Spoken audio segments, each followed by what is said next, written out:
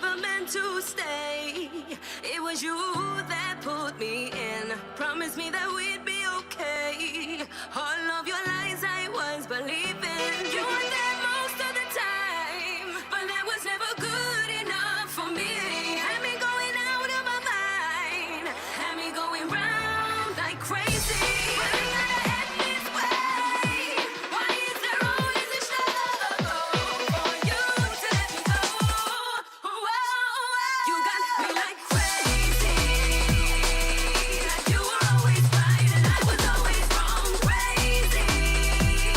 Baby, where did our love go? Crazy.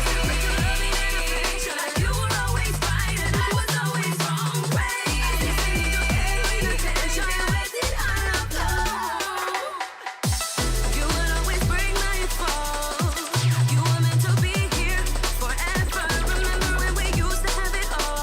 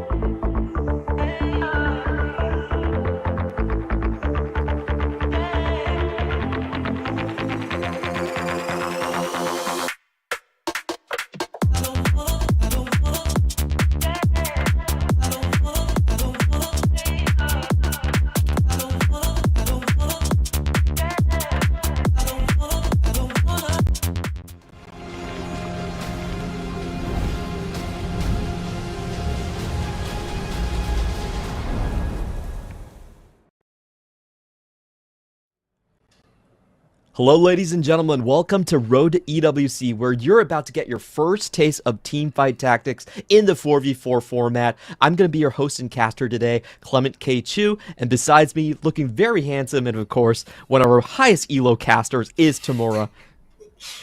Always with the words of compliments. Appreciate that, Clement. Yes, as you mentioned, we're going to be getting into some 4v4 TFT, very high stakes, very top players from all of APAC. They've formed together to create their strongest 4v4 teams that they can muster. However, we are going to be looking at some of the ones who've already taken a step back, isn't that right? They've already fallen a bit. Absolutely. This is going to be day 2 of our closed qualifier. Day 1 was not broadcasted. However, that was the upper bracket. So first off, we have to congratulations to the two teams, Nongxing Red Force and of course T1, not T1, Zeta Division, sorry, that have already punched their ticket into EWC. We will be starting today's broadcast in the lower bracket, where just a simple loss at the start of the 2 will send these teams home. But before that, let's take a look at the format. Yep, so here we have the format. You can see that there's 8 teams through the qualifiers, so they're the regional teams with the most points, a lot of TAC crown appearances, they've done well. But we also have other ways of getting in, and then we have the double elimination bracket. So that means that we are looking at the lower end of that, where they've already dropped the game, and eventually there will be 3 teams that are qualifying directly to EWC with another chance to compete at the LCQ with the other teams. And here are the teams. All 8 of these teams are still in the running so far. If we're just breaking it down by language, I would say that there's 3 Mandarin-speaking teams in Flash Wolves, Rock Esports, and of course GAM Esports. Then we have the Filipino teams, Team Secret, Korean teams, T1 and Red Force, and the Vietnamese teams, Virtus Pro. So a lot of different representation from a lot of different regions here. Yeah, there's lots of different languages, as APAC just has so many different countries coming together to compete against each other. And as we look at today's schedules, the first game, best of 3, that we'll be casting will be T1 up against Team Secret, and the winner will go on to versus GAM Esports, as you can see there below. So we will be sticking to the upper half of the lower bracket side today. You're just going to be seeing these 3 teams. However, some of the players might be streaming elsewhere. Remember to go catch them if they are. We're going to be taking a look at the overall bracket so far. As we've mentioned, Zeta Division and Red Force have already made it into EWC. Their games are just about seeding. However, on the lower part here, all teams still have a chance to make it through, and there is a technical possibility for 3 out of the 6 teams in the lower bracket to still make it to the EWC. Yep, and we are going to be looking at the top half, as you've already mentioned that, but you can see down there there's VP versus Rock, and then they'll go on to versus Flash Wolves, another really, really strong team, and then they will all be battling out as they play for the winner of the lower bracket. They've all used up their lifeline, so unfortunately, if they do drop a best of 3 series here today, they are out and they can no longer make it to EWC. Getting that win on the first series is so important. If you get that win and then you lose in the next match, you still have a chance to go into the last chance qualifier, which will be 3 teams out of 8, then making it into the EWC. But the first step is going to be the most important, and frankly, I'm really surprised to see T1 even be here. They've never fallen beneath 4th place at the EWC main event, but now on their last lifeline here, as we head into the matchup between them and, of course, the Filipino team in Team Secret. Yep, that is going to be T1 against Team Secret. And outside of TFT, T1 is just such a strong organization, so you know that they've gotten the best players that they can from Korea. And there we can see some of the best Korean players there: Bintum, SCSC, Crazy Moving, and Sangyop. So these are players that have been around for a long time, and they've worked together as a unit for a long time. Bintum, long-standing Tactician's Crown player, has been to many, many of the events, and he's done well. And if we look on the other side, we have Team Secret made up of the Filipino roster. We've got Araya, Jose, Mold, and Striker. So these are players that have been playing together for a long time. We do have some TAC crown appearances there from Araya, and they have that communication to be able to take out some of the top dogs, but they did have a bit of a struggle, I would say, previously in day 1. So let's see if they can bounce back. Yeah, took a very tough loss from Flash Wolves. Actually, we call that a domination, where their team took 5, 6, 7, and 8. So technically didn't really score a point there. It was a very quick series for them. On the other hand, for Team 1, they did play against Zeta Division, the eventual winners of the upper bracket. And it was a struggle. It was a 1-2. They did take one game away off of Zeta. And, I think it goes a lot to their style. I think T1, we've seen in so many years now, they're a very structured squad. They really enjoy punching down, making sure they target those players that have bad roles and making sure they go 7th and 8th. But as we've seen in the Zeta games, is that if those players somehow still win out, then their game plan tends to go awry and crumble quite quickly. Yeah, I mean, they have that cohesion. I also just wanted to mention that, TFT, Set 17, we've been around for a while. Some of the players have been playing since Set 1, so they have a wide range of experience. But 4v4 is relatively new, as we are going to be going straight into game, and we'll be able to see how these players can adapt to a relatively new format, I would say, if you look at the whole of TFT. A big thing to mention is that we are going to be playing on the old patch. This is the patch that all the players have scrimmed on 4v4, so it will be 17.2b. That is the official patch. It is not the live patch on 17.3. Yeah, so that just gives the players a little bit more time. As new patches, they can change the meta quite drastically, and the players have had to play on tournaments, they've had to scrim, they've had to do all sorts of study and preparation, so it wouldn't really be fair to be just throwing them onto a new patch just days before competing. So it's good to know that they will be able to bring out some of their strategies that they've tried and tested.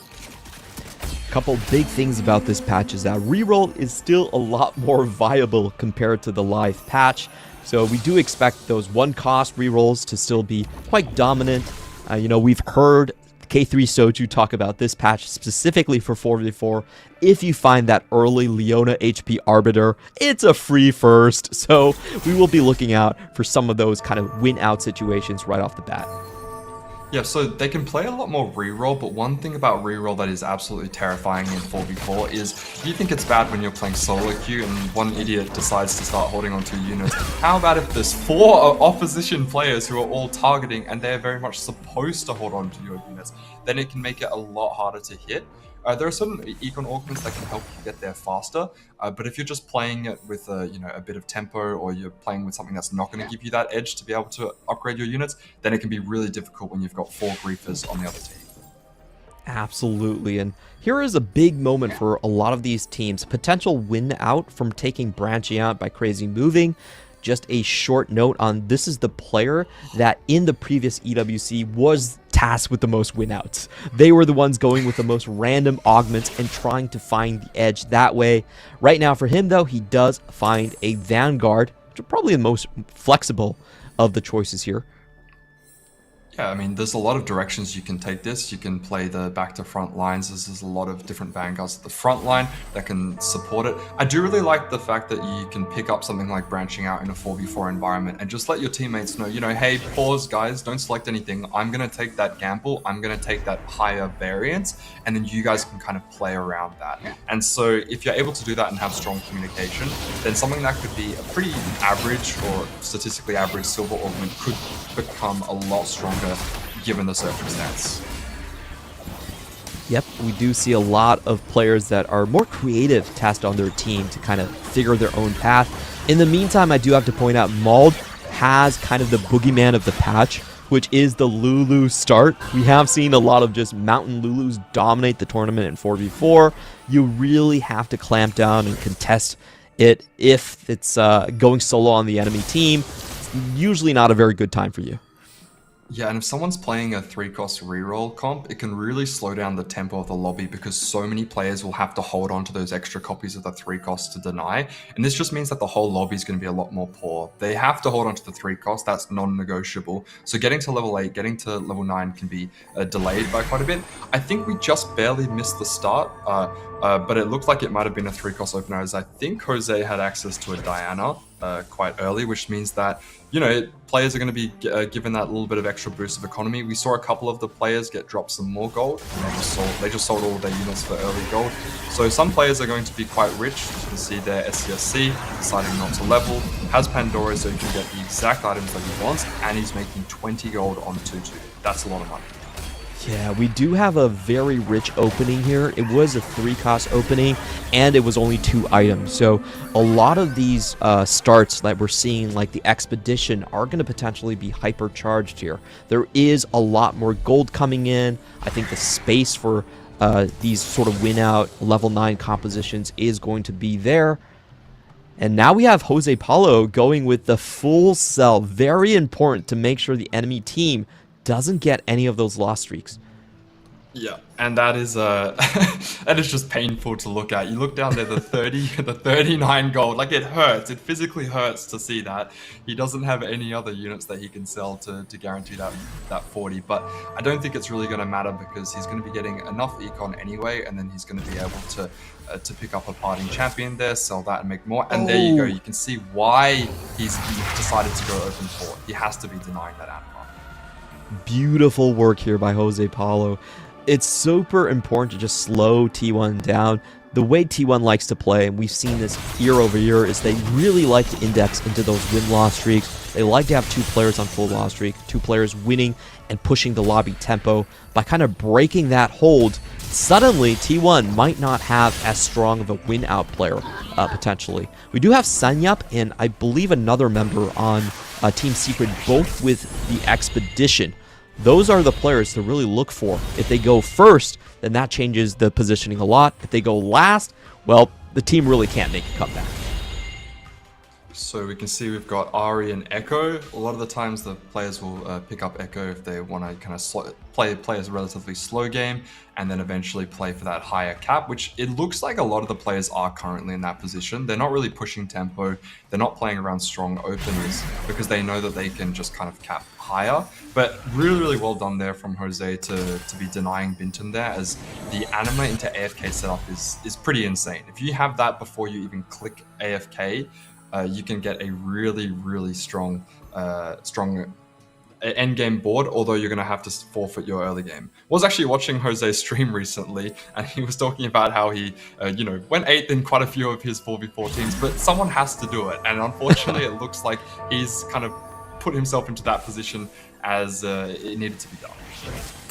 Yeah, it's going to be interesting to see what type of composition he lands on after selling his board. He will be behind, but hey, in a 4v4, you kind of designate a opponent to kind of match yourself, and if that opponent finishes beneath you, then that's all that really matters, right? If you took a Bintum down from a potential 1st place into a 3rd place, and you're able to get a 2nd or something, that's still a win.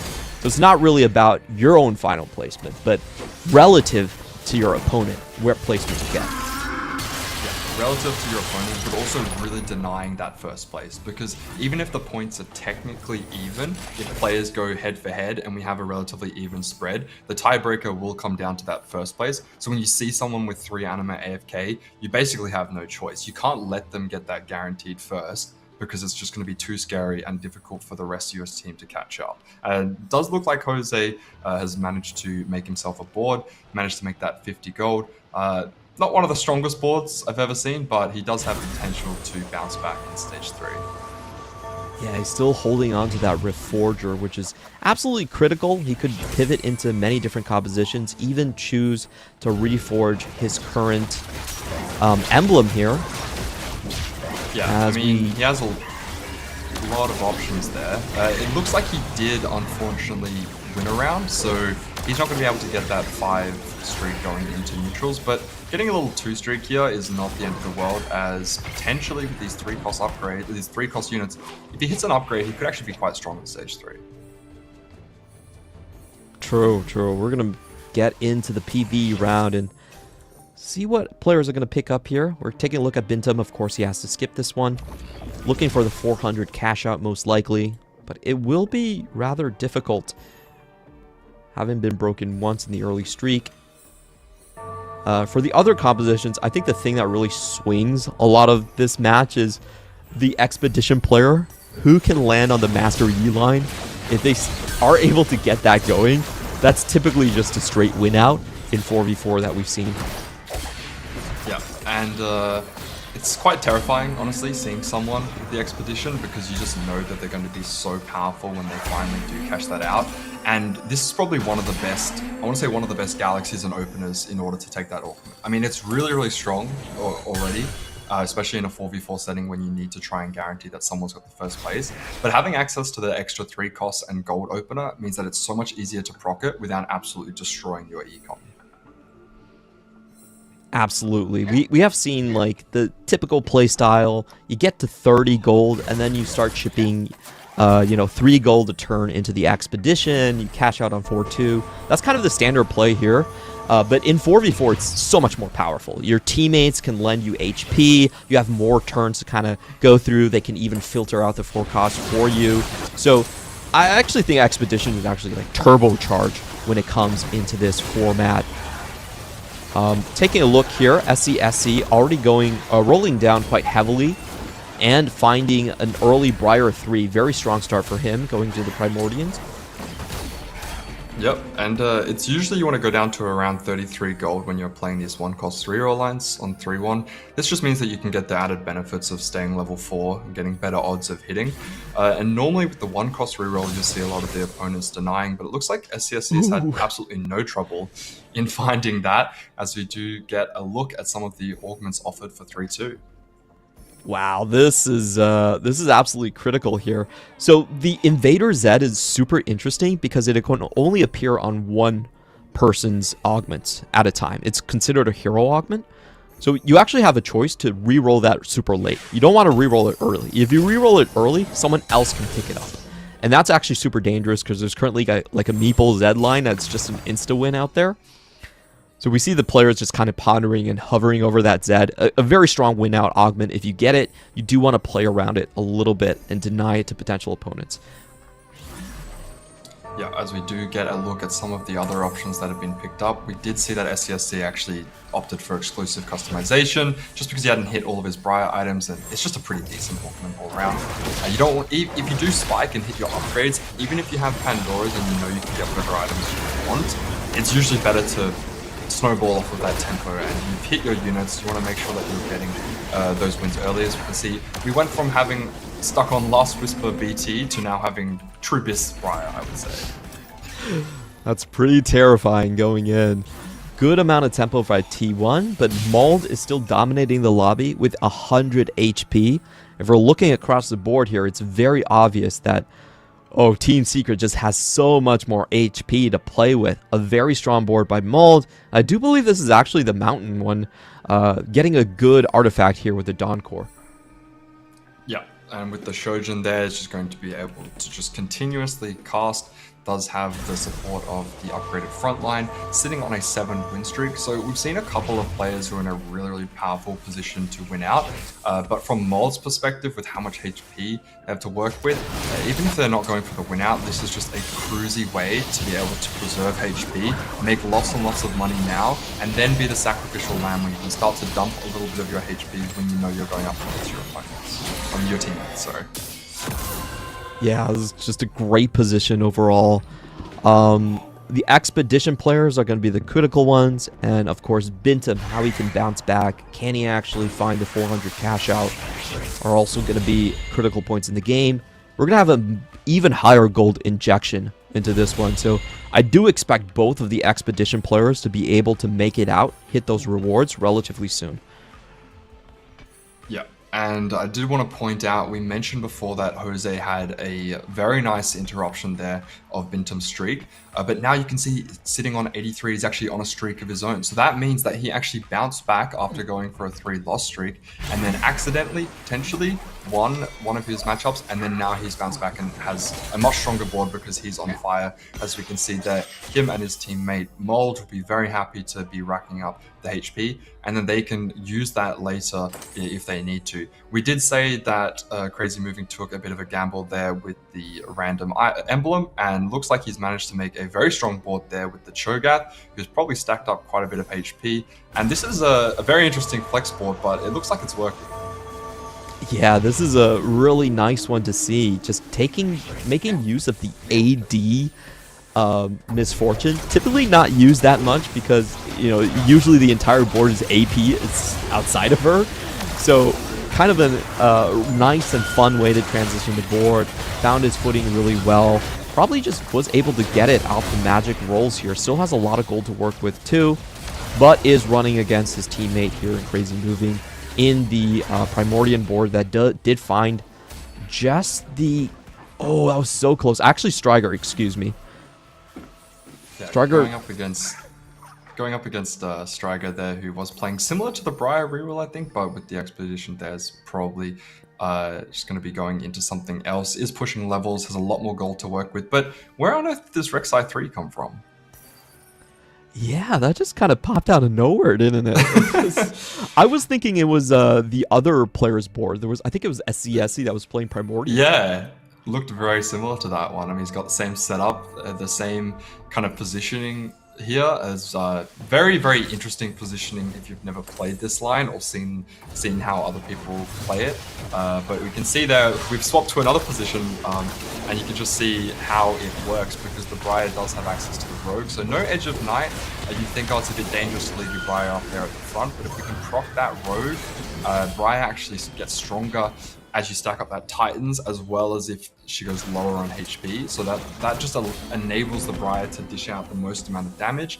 You know, not ideal if you're going up against your teammates. However, if you want to deal most amount of damage and have the most effective board, then it's very important when you're going up against the opposition. Yeah, you want to catch the enemy on the same side as well. And taking a look at Maul's board, there is an update here that this is not going to be the standard Mountain Lulu. It's actually going to be Huntress Lulu, which is, you don't typically see this, and I think it would be a sigh of relief for the enemy team that it's not going to be, you know, potentially printing tons of money or getting stuns or finding an artifact like Horizon's Focus coming down here. So this is still a strong Lulu board, but definitely not the version that we're used to that can straight up win out. Yeah, so it can bleed, it is mortal, it's still a very, very strong line as we're going to be rolling down quite a lot of gold and has access to the duplicator. And this is a crucial POV here to be able to see Bintum, who's going down to 20 HP. So that's pretty comfortable in stage 4 to be 2 lives, but it's going to be a very heavy roll down. And so many anvils there on the side makes this very, very difficult. That being said though, we are going to be rolling down quite a lot of gold. We have so much to work with. I don't know what's going through his head, but you got to be careful not to dish out too much damage to your opponents while also making sure that you try and preserve as much as possible. There's so many components to work with here. Yeah, he ideally wants to hit 400, but then runs into Araya, the Expedition player. So this is actually very dicey for Bintum. What he would have preferred is like hit 400 here and then just go for the first place. But now he's stuck in this situation where he's like, he's on 350. If he really wanted to cash out, he could have cashed out a round earlier. However, the big thing here is he does find the Fiora. The Fiora in 4v4 is so important because you can get extra HP back from the unit by winning rounds. Yeah, you can get your HP back, you can build a strong board. With 22 HP, it'll take a while, but I do think that Bintum could eventually get to 3 lives. It's just quite far away from now. 2 lives definitely. You know, 22 HP. As long as you have a decent enough board, you're never really going to get one shot until you go really late into the game, and by that point, it is mostly decided. Still has a lot of components to work with there. So we do switch over here towards Crazy Moving's board, who is rolling down quite heavy as well. Has managed to make quite a nice little flex board here. Playing around that Vanguard frontline, lots of different options.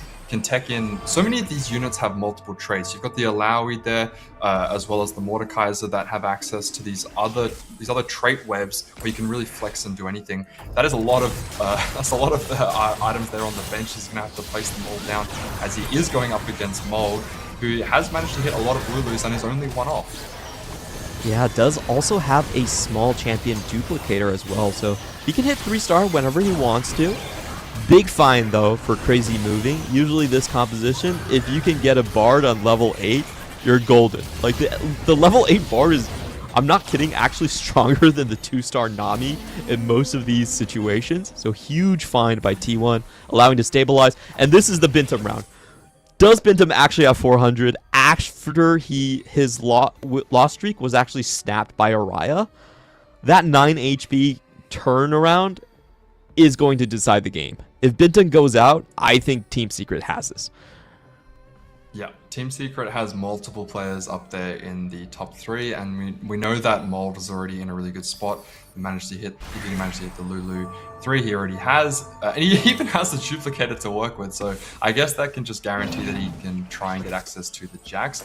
Is going to be taking off some of his items there, just in case he was going up against one of his own teammates, making use of the fact that he had a really nice win streak opener, so you can play the team player and sacrifice some of his HP now. And you mentioned before about the Z that it can be rerolled. I think it was actually rerolled, maybe in coordination, so that it could be passed on. But regardless, we're going to be seeing a Radiant Trojan on the Z there, with the Graves 2 on 8.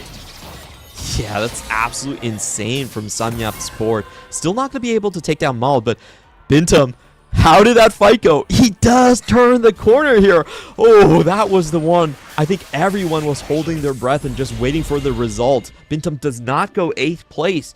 Now, I think he's solo onto this line with the Mecha Asol. Yeah, and that's going to be very good because every single one of those units is very crucial. When you're playing flex lines, standard, fast 8, you can flex around the units that you hit, but if you're playing a comps around the mecha, then you are only really looking for a very small set of your units. If you don't hit that 2-star Galio at the front line, it can be very, very difficult. If you don't hit the 2-star Asol, your board is significantly weaker. We've seen a lot of boards flex around this Karma, and you can move the items to Karma, but in this given setup, you really want to be playing around the Asol itemize, as we do see that Mold was able to use his duplicator to hit the Jax 3, and so now this board is looking very, very strong, as we see him again remover his items. He only has 2 more removers to work with, but he must have some of his teammates in his lineup. Yeah, I think he's trying to keep Araya alive here. It's been a while since we checked in on Araya's board, but I think he was one of the Expedition players potentially. Now let's take a look at Bintum versus Jose Paulo. It's going to be a Kaisa 2 versus the Asol 1, but uh-oh. Galio already down onto the front line. Bintum might not be able to move his way through this one, and the backline falls. Bintum is going to go to 8th place. That's only a single point by T1 secured in one of their positions. And to get taken out by Jose, of all people, the person who had to play the team game, to sacrifice himself to actually make Bintum's cash out weaker, and it looks like it's worked absolutely perfectly, because he cut Bintum's streak. I think it was on 2-3, and so it just made Bintum's whole position just a whole lot worse. Bintum had a really tough time getting, making use of that anima cash out. His whole game plan was just kind of ruined. As we go on to another member who is, Bintum was on 8 HP, and now it is Araya who's in the same fate. Does have quite a nice board here, although those are some interesting items there onto the board. Yeah, he must be asking himself, I built all these items for the Corki. How do I have a Bard 2 instead of the Corki 2? A little bit unfortunate here, and this is why the Team Secret members were actually removing their items, trying to keep Araya alive, but they might consider him just a lost cause at this point and let him fall. Bintum is already 8th place. Maybe you just stack Araya against Bintum and call it a day. It's going to be hard to keep him alive.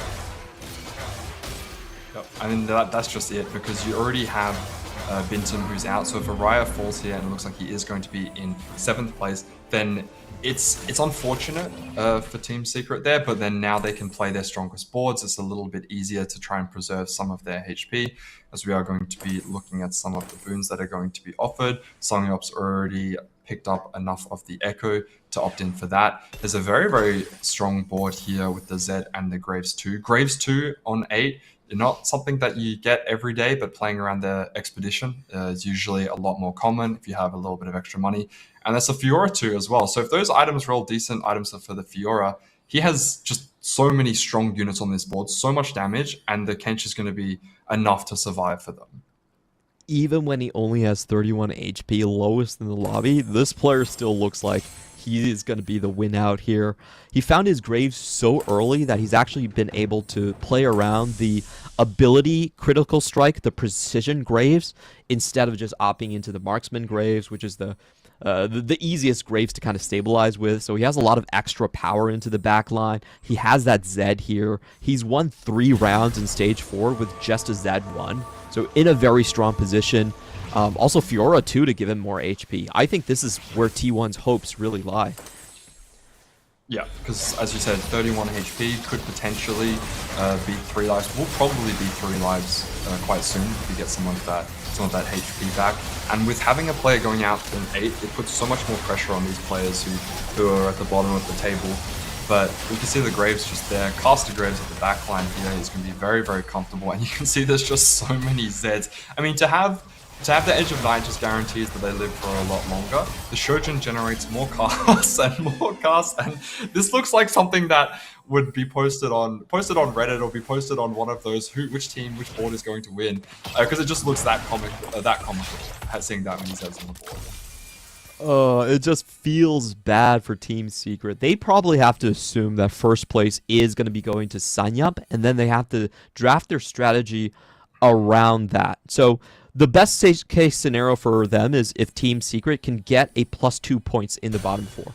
If you know the first place is going to the opponent, if you split points in the bottom, then the other team automatically wins, right? So it really is about trying to punch down on Crazy Moving and SCSC. That is pretty much how they have to play this game. It's just play your strongest absolute boards, forego potentially lending HP to your teammates, and make sure you send those 2 into the bot. And Jose is out of money, but is still carrying that Kai'Sa. Did manage to hit the Jin 2, but playing around that standard 6 Darkstar line. Made use of the Voyager. Voyager, one of those things that's a bit awkward to tech in early to generate too much power, but he was playing quite a weak early game. I guess the only problem is where do you go from here? The only way to really change this board would be to drop the Dark Stars and then upgrade it into Legendary Soup, but he's pretty much out of money, so it looks like Jose is just going to be slowly bleeding against some of those stronger boards. Yeah, it does look that way. Didn't get the Dark Star emblem, which would have made a much stronger boost overall. And Striker with this board, Expedition Master E, if it wasn't for Crazy Moving, I actually felt like he would be the win-out player of this lobby. Should have no problem with SCSC though. Yeah, it does look like a slightly weaker Expedition cash out, I guess, because if you look at his augments there, you've got the Salvage Bin and the Reinforcement. This means that he's actually not really generating any power there from the augments. So if he goes up against any board which has access to that, you can see there with SCSC does have access to the Victor there. The Striker's just lacking combat power here. Oh yeah, you definitely hit the nail on the head right there. Bad call from me. Striker in much more trouble, even against other T1 members. Ooh, Crazy Moving. This is going to be the critical point. If Crazy Moving falls here, that does mean that Team Secret will have a +2 point advantage in the bottom 4. They can survive and win the match even if the Zed takes over. Yeah, and we mentioned before that Mold had such a strong opener, so much HP to share, so much to work with. But if he's the only one up there in the top 4, then it's really starting to look scary for Team Secret. After Bintum dropped, it looked really, really good. But some of these T1 players have really bounced back and managed to really have all the pieces fall into place in Stage 5. As we do see, Team Secret's Striker is going to be going up against Crazy Moving. Love the positioning here from the Karma, is quite safe in the back line. The Master Yi is really struggling on the front line there. The Edge of Night does proc, but no QSS, just means that it's going to be quite difficult to get through it. And Karma's so safe, so far away. Crazy Moving is going to be able to take our Striker.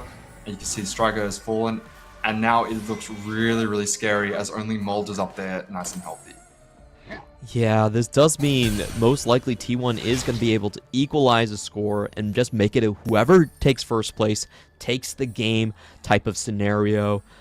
Very unfortunate for Striker, Expedition, solo Master Yi, you kind of expect more out of that spot, but couldn't get past the front line of Crazy Moving. That 6 Vanguard front line is such a nice flex. Yeah, so it's really going to come down to HP here and how many units can you sacrifice for your own teammate, how many removers do you have accessible. Jose going up against Crazy Moving here, this is going to be a big display here from Jose's Dark Star board. If he can take out Crazy Moving, it will make this whole process a lot easier, as Jose does have access to at least 2 lives as we do head into stage 6 after this. That being said though, the units are moving up, Karma's going almost into melee range, and this fight doesn't even look close. That being said though, a lot of damage coming out of the Dark Star. It actually ended up looking a lot closer than I thought. I thought Jose was going to get absolutely wiped, but now, unfortunately, Jose, if he can't beat them on his own, Mold can sack for him, but other than that, he's really struggling here. His board isn't going to be getting much better. Yeah, all of a sudden T1 are just overwhelming with weapons here. Sanyap and Crazy Moving can both take the game. They're looking like 1-2 spots in the lobby at the moment. So, you know, for TS, there might be a case where Jose Paulo just goes into the bottom 4, and that would be it. That would call the match right then and there. We can go on to the next game, you know, if the admins call it. So Jose Paulo now having to find his way, having to find a win somehow on 12 HP. If he falls, it is over. Yeah, so it looks like SCSC can go up against Jose. So if that is the case, then Jose is gonna have to deal with him on his own. Mold can sacrifice a life for Jose. In fact, he can sacrifice multiple if he needs to.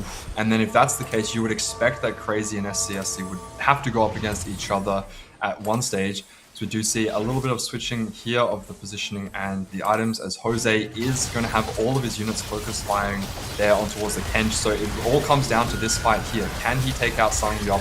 And we know that as Graves is really stacked up, he has access to the Zed as well. There's just so many units to deal with, but the Dark Star does clean up quite a few of them, and the front line is completely gone. And unfortunately, it looks like that is going to be the end of it for Jose and Team Secret, as he gets knocked down. That is 3 players from Team Secret in the bottom 4. And so I don't believe the rest of the standings matter. Yeah, that was very unfortunate in terms of the fight rotation there. Goes up against the strongest member on T1. And for those of you that are new to 4v4, if a team has 3 members in the bottom 4, they're mathematically eliminated. The rest of the match is just kind of a strategy session for everyone else to review the game, talk about what went wrong. We will not be considering any of the actual placement points in a best of 3. It's just about which team can win 2 of the individual matches. So the rest of the match essentially isn't important anymore. It's just kind of a talking session. Perfect, just a casual conversation. We can reflect on some of the positions from the game. I do want to note that I think Jose played really well in his position, as he did kind of have to sacrifice himself in order to deny Bintum. So you talked about that matching against, you versus the adjacent player on the other team, and about how you're supposed to play against them. But apart from that, you kind of had Jose as being the sacrifice for Bintum, and then you had Mold, who had lots of HP to share at the end of the game. But then as for the other 2 players, Striker and Araya, unfortunately, neither of them were really in a win-out position, because you really needed one of them to at least perform quite well. And unfortunately, after Jose kind of had to bounce back into stage 3, he wasn't really in the same position. That being said, this was a little bit of a high econ galaxy, so some of those T1 players who were given the options such as Expedition are able to make a really, really strong board. And even though some of the Team Secret players had really nice boards in stage 4, they just weren't able to keep up with it and ultimately fell in stage 5. Really fun strategy being pulled out by T1 here.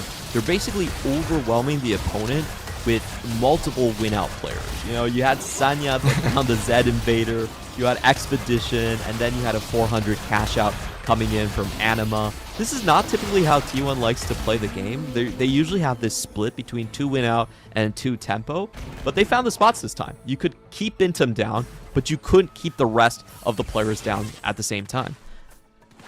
Yeah, especially when the win-out players are utilizing the Fiora on the board, it's actually possible to have multiple of these win-out players. Sure, they lose a lot of HP in the early and mid-game, but as long as they have a couple of lives and the team saves some of their removers for stage 5, they don't have to worry about, oh no, we have two two win-out players and they only both have 2 lives, because they're actually able to dance around that quite well. And if the Fiora, you get to Sanyop's position here, Fiora 2, Graves 2, you can just start to have extra HP. And look, Sanyop's at 45 HP, a lot more than where he started in the middle of this game.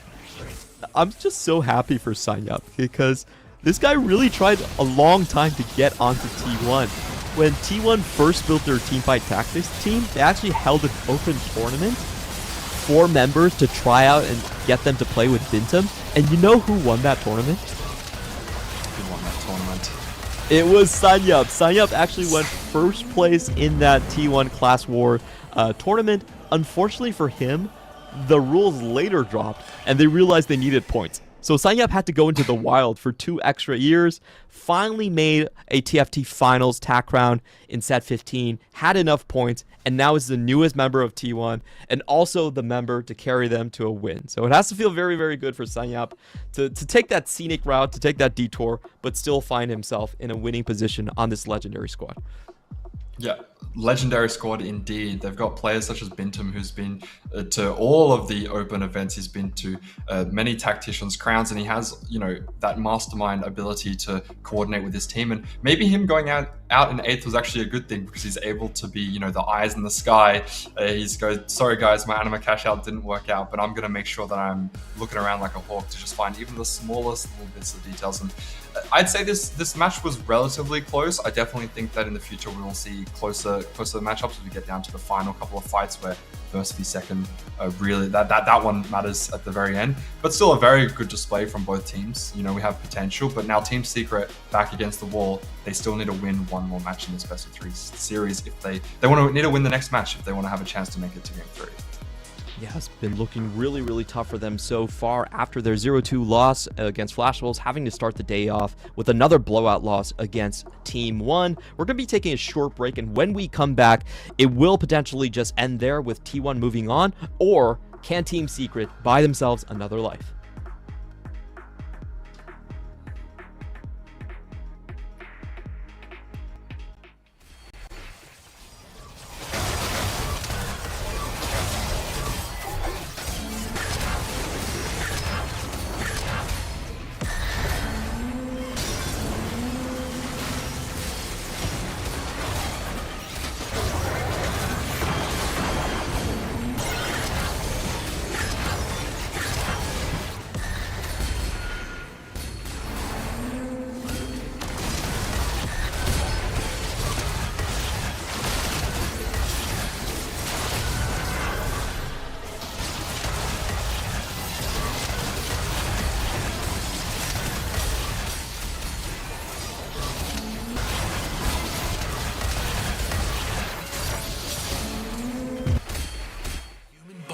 Was built to move, not trapped at a desk in one singular posture for 12 hours a day. It's time your chair evolved. This is Secret Lab Titan Evo. Ergonomically engineered for you, gamers, hybrid workers, artists, backing your every move.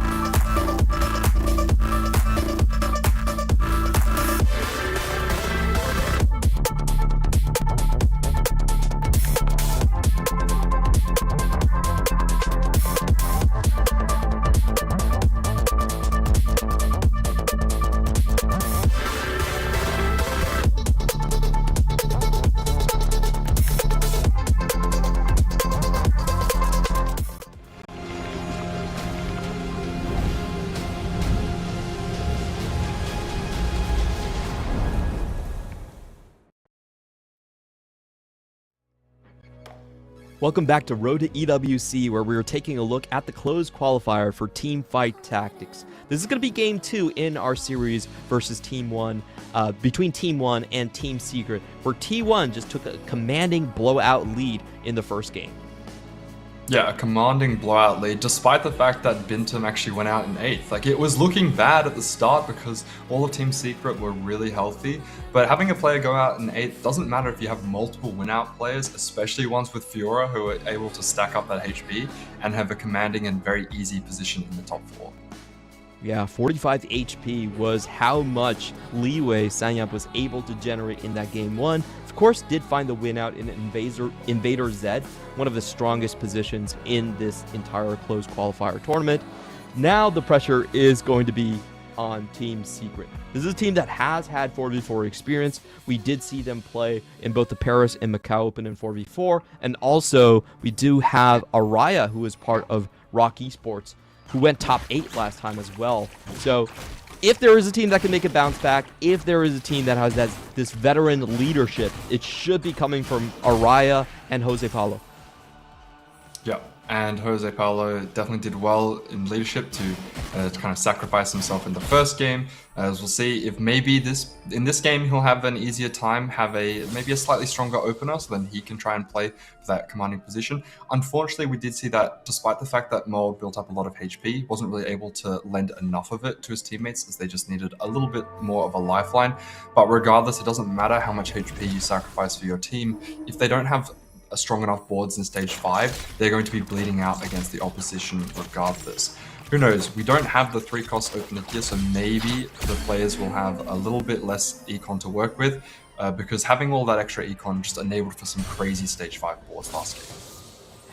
So true. We just saw multiple T1 members being able to hit their desired 5 cost on just level 8, and that really swung the matchup quite hard in their favor.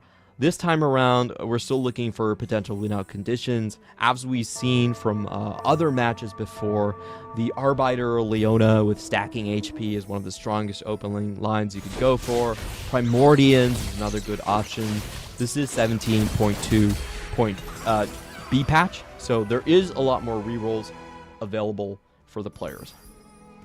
We are still going to see another, we're going to see a 2 item component opener, so players are going to be able to make 10 gold before the first augment choice, so you're going to have a little bit extra money. In a 4v4 environment, when players are playing reroll or they're denying 4 costs, we usually do see that boards cap a little bit lower just because the players can't play super greedy, they have to play as a team.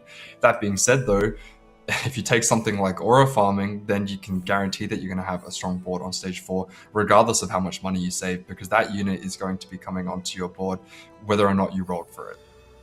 This is going to be a fun one, but he doesn't go for it. Actually goes for the immediate combat option in the Warlord's honor. So interesting choice right there. Probably has someone else on the team that can do win out, such as we're seeing Jose Paulo here. That is, if I'm not mistaken, another Darkstar, another Voyager spout paired with the Darkstar. We saw that Jose took the Voyager in the last game, by chance of course, and then actually merged that into the Darkstar, because when you're playing around Karma, it just protects in so well. But to have both of them, that is going to be an incredible setup to be able to play for a win out there. Yeah, I'm still trying to confirm if that was actually Jose Paulo. It looks like no, I think it was actually Sanyap. So, unfortunately, I have to say Sam getting the much better deal when it comes to branching out. Yeah, that's incredible. Usually when you take branching out, you kind of have to just play around what you hit. When you take spreading brutes, then they don't always work together, but at least, you can choose one of them and stick to that line, and then maybe the other one's not super useful. But when they synergize that well together, it's absolutely incredible. And then the rest of the players can, play around that, play against that to enable you to be able to really hit your cap. And the only thing that the other opposition can do is try and deny those units. But when you have access to a Kai'Sa on level 4, you already know that you're going to have a really strong curve, as we saw Jose carrying 3-item Kai'Sa until his final dying breath, as we know that this unit in the Darkstar line is just so strong. Absolute True 4 cost in Kai'Sa there. In the meantime, I have to feel bad for Striker, you know. Anima from branching out, definitely the hardest one to use. I'm not sure what his Arbiter is. The Arbiters are different for all the different players. Maybe if he finds a very good Arbiter, he could still come back, but it is going to come down to what he actually found on that trait.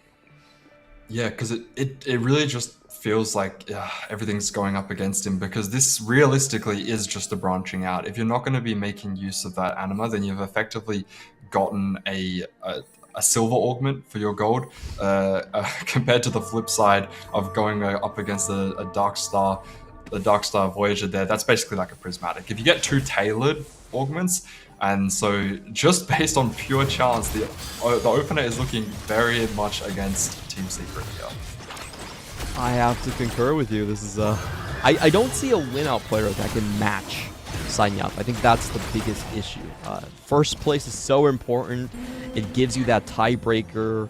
You can, if you just tie on the bottom, then getting a first place basically guarantees you a win. So the question here is, who's going to stand up for Team Secret? Who has that potential for a combo that can actually win out? And so far we haven't really seen it. Yep, so we saw that Jose did take the savings account, so he's going to have a lot of money, but money isn't always enough to be able to beat these boards that have access to the emblems to really give you that power. If he was able to get a little bit of extra money here from one of the gods, that might have helped him. Having the ASOL there could be synergistic, as ASOL often offers you quests. You can delay your strength and then really spike later, versus if you're going with the Yasuo's, usually more centered around having combat now, buffs your current board, giving you those hexes. And any of the players here that are looking to streak will definitely be strongly considering that, as we do see that we talked about Songyop being the win-out player is actually currently sitting at 100 HP. So you can be the win-out player and sacrifice HP to your team. There's no rules about one or the other. Yeah, just so much tempo generated here. I think the only way Sanyap, I can foresee this, the only way he fumbles this game is if he goes for the 8-round Aurelion Soul cash out. It might be really tempting if he goes to 4-7 and he's still like, 70 HP. He's like, might as well, you only live once. But that realistically is the only possible scenario where he doesn't go first place. And we've seen that this team is very well coordinated. They're very experienced in the 4v4 environment, so they'll definitely be communicating about those sorts of options. But I'm pretty sure by the time we get to that point, they'll be looking at the board, assessing the HP of all of the players, and go, look, we can win without any extra risk, so let's definitely go for the higher AVP in that sense. And so it's going to be up to Team Secret if they can get multiple players who look like they can go for either a win out or a top 3 position finish. Then maybe they might want to start to take a gamble. Jose there, you can see he's made a lot of money. Having the savings account there is actually managed to put together quite a nice board. So he's able to kill units whilst also playing for the loss streak. He does have a 4 loss streak. He's going to be wanting to turn that into 5. So just whether or not he's going to get denied by crazy moving, as Araya is definitely not going to try and snap his streak, and SCSC is probably going to want to continue and have a 5 win streak of his own. Is going to be facing up against SCSC with that upgraded Gwen. So Jose Paulo, like you mentioned, is likely able to keep the full loss streak going into this one. A very strong economic start for him. I'm just thinking that potentially the win-out condition for Team Secret might have to be 3-star 4 costs. That's just looking at the augments, there's not really an outside chance for them to claw back against the Dark Star player. And just looking at the open qualifier, I think that has been how a lot of teams have made their upset comebacks.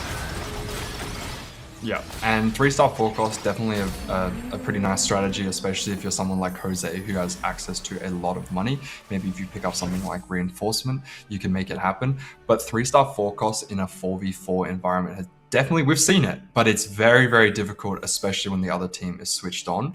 It can also be quite lobby dependent, depending on how many of the other teammates are also holding on to 4 costs, just to make it a little bit easier for you to be able to hit your own. So we do see that both Songyop and SCSC have managed to keep a 5 streak. That is absolutely devastating for Team Secret, as both of the players, one who's looking to push Fast 9 for Darkstar, and the other one who I think might have been actually re-rolling.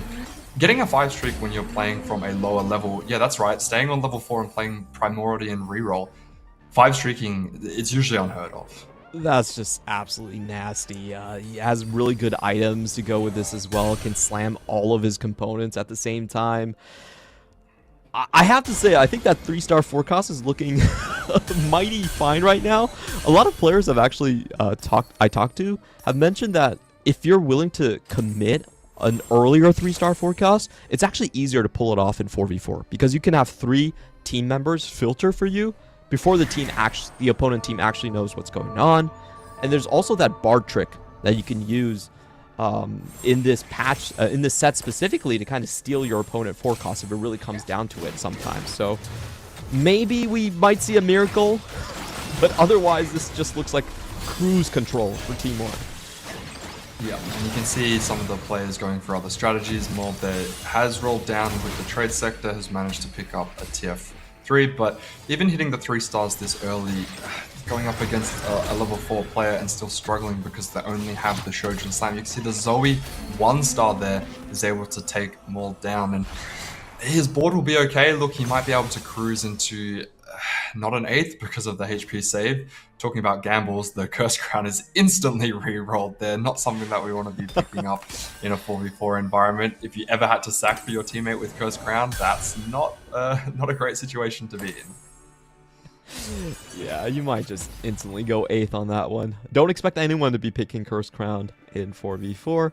Maul is going to go for the immediate defensive option there. Get 1 extra frontline item and then some extra scaling. I think it's really important for Jose Paulo, especially on the lower end, to find something that can, win out, make him a first place contestant in this prismatic augment. Yeah, and we see multiple players going for that extra tank item there with the Barons there. Just if you're lacking the items and you know exactly what you need, then that is perfect. I do believe that Striker actually got a little bit of a bailout. We talked about how he was probably quite jealous looking over there at Sungyop's Organ and going, hey, how come I clicked on spreading roots and I didn't get anything nearly as good as you? But when you pick the min-max augment here, you already have a golden remover. So all those extra removers that you usually would get at the neutrals, they get converted into reforgers. That is perfect because now he has multiple chances to try and change them into exactly what he wants.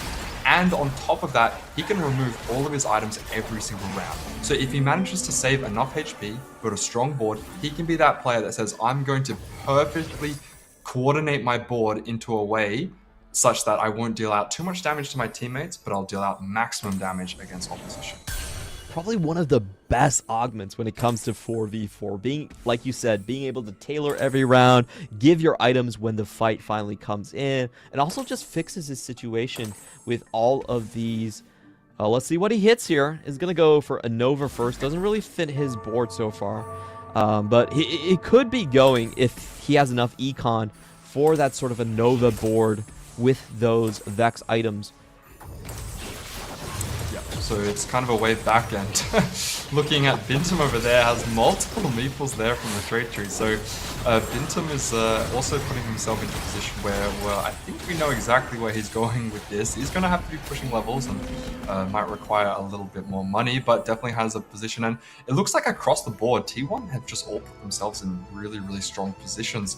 I think we've seen that everyone, except maybe Crazy Moving, has a spot for a win out. They all have incredible setups. Yeah, SC even won the flip and got a Radiant item.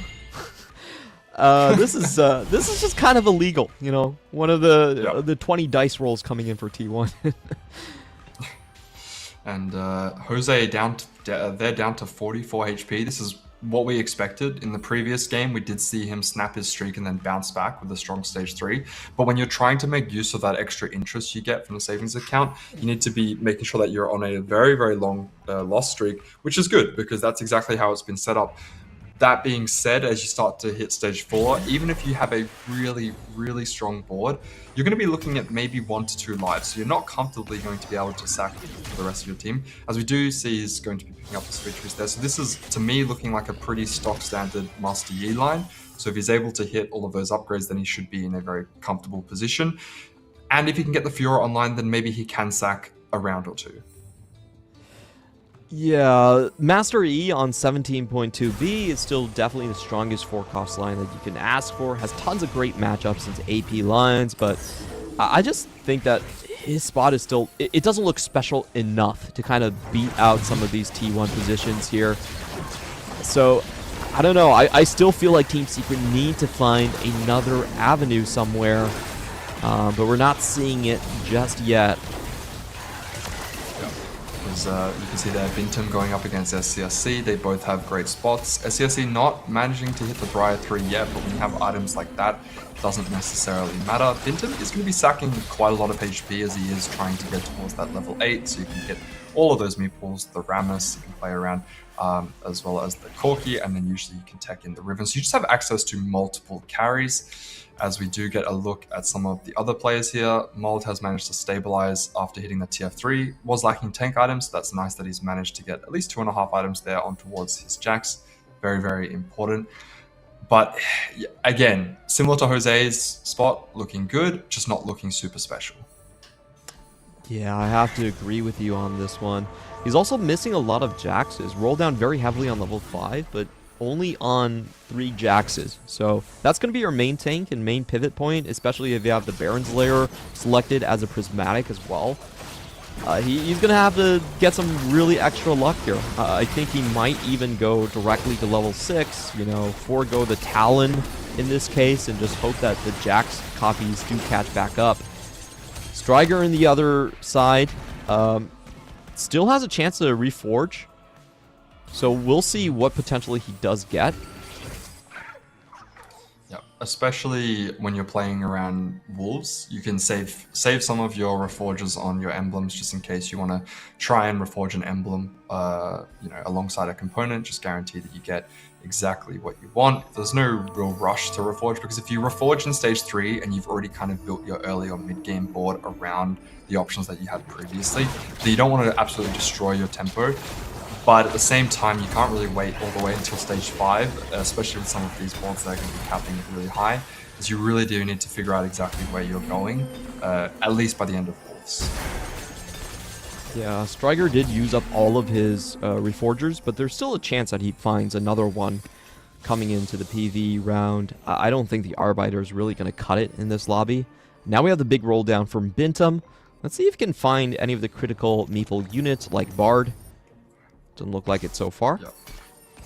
Looks like he was holding on to units such as Master Yi just to try and deny Jose. Jose is going to have a lot more money than Bintum, and Bintum, he has a nice setup there, but sitting at 39 HP, it is a question of how much you want to play defense when you're in a position that you need to, start winning a couple of rounds here.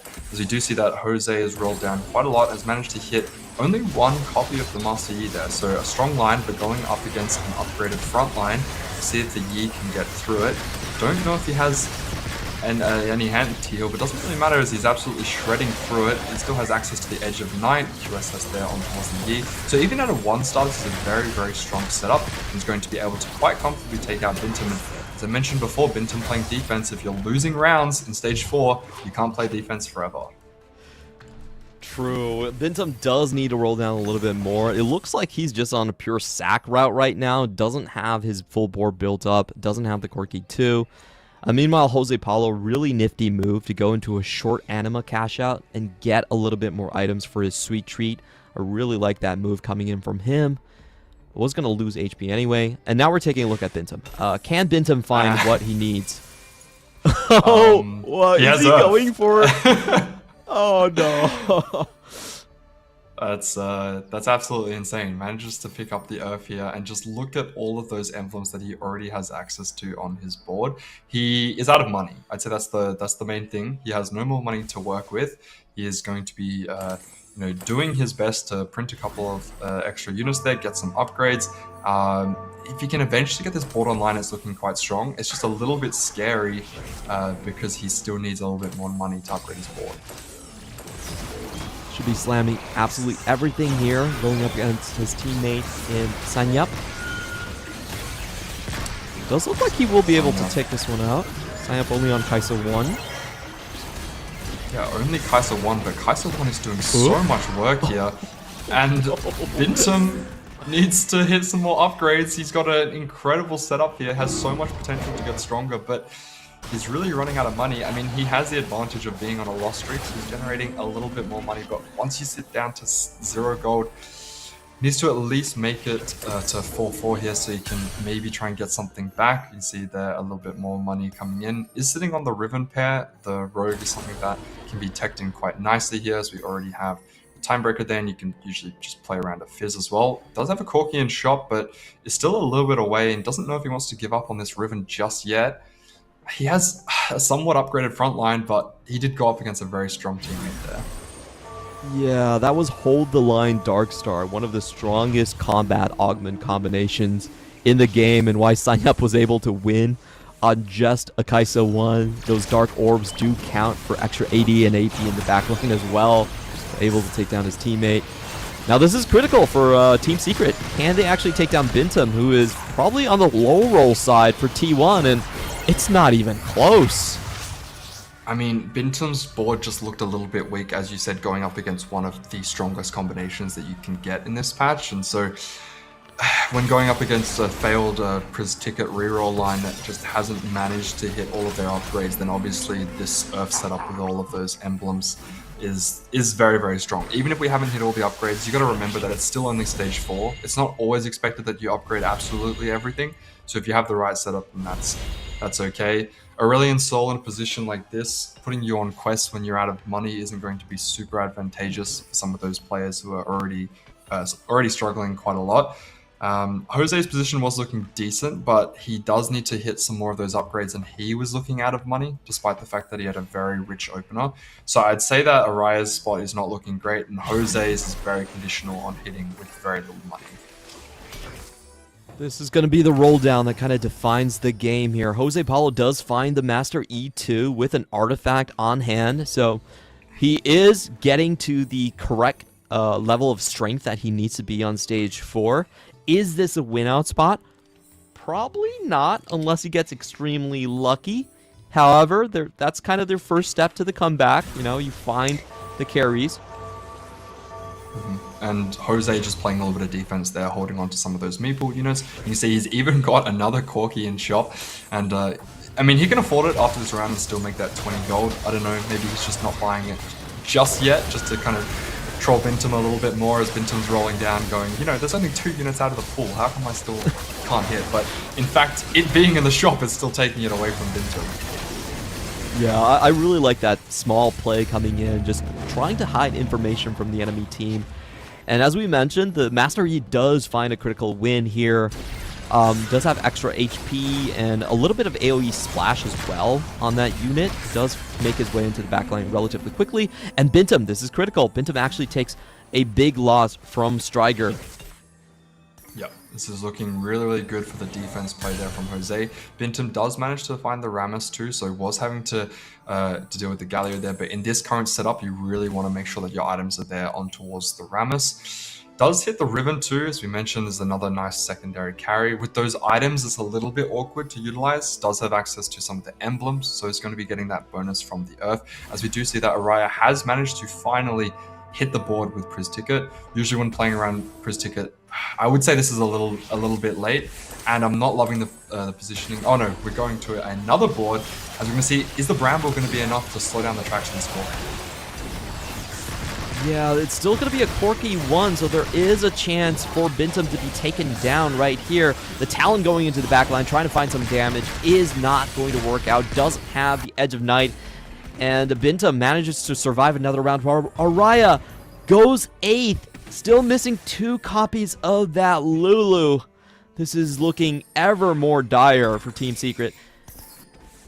Yeah, that's really devastating there for Team Secret, as it looks like Mold is almost on his way out as well. With 17 HP, if he has a bad beat, it could be the end of his run here. So we do get a look at his board and doesn't have access to the Jax 3 at the front line there. I think that T1 has just played a really nice game of defense here, as he's got extra trade sector rerolls, but still only has 4 copies. That's a really low amount of Jaxes. Wow, goes for the straight level 8 instead. Doesn't think that he's going to find the Jaxes necessarily, and just has to throw in whatever extra items he needs. He's trying to go for 4 Fate Weaver, which is a huge boost to Twisted Fate, so he's actually skipping his main frontline option. But with everyone trying to block Bintum as well, I don't think he's going to hit that Corki. Yeah, and it looks like Bintam has managed to get his board online. Milio is a unit that usually fits onto this board and actually deals out a decent amount of damage. Riven, usually you can throw on a TG or some off-tank items, but instead, what's better than that than a TG is just to get the triple emblem there, and with the Earth bonus is still going to be decent.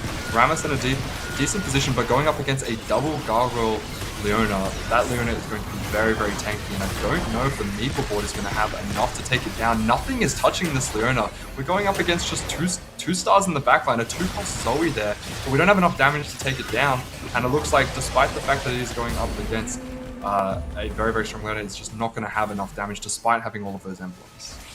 Ooh, and the chance of a best of 3 is kept online here. With Bintam going out, Corki is found.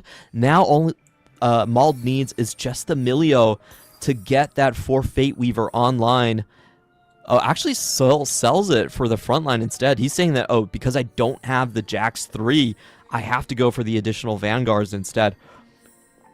Yep.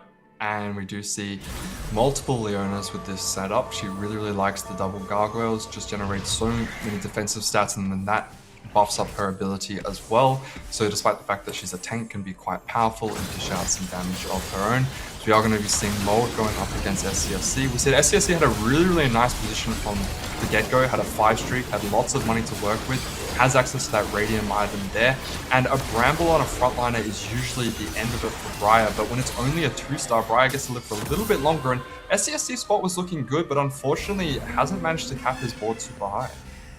Yeah, he actually low-rolled quite a bit on finding those critical units. He was contested coming in onto a lot of the Primordians early on, and just wasn't able to find a solid footing afterwards. So, you know, there still is slivers of hope going into this. Sanyap might still have the strongest position, but we have other team members starting to move up. You know, Crazy Moving. I think it was actually Crazy Moving that took down Bintam, was it? This looks like the Bintam killer board.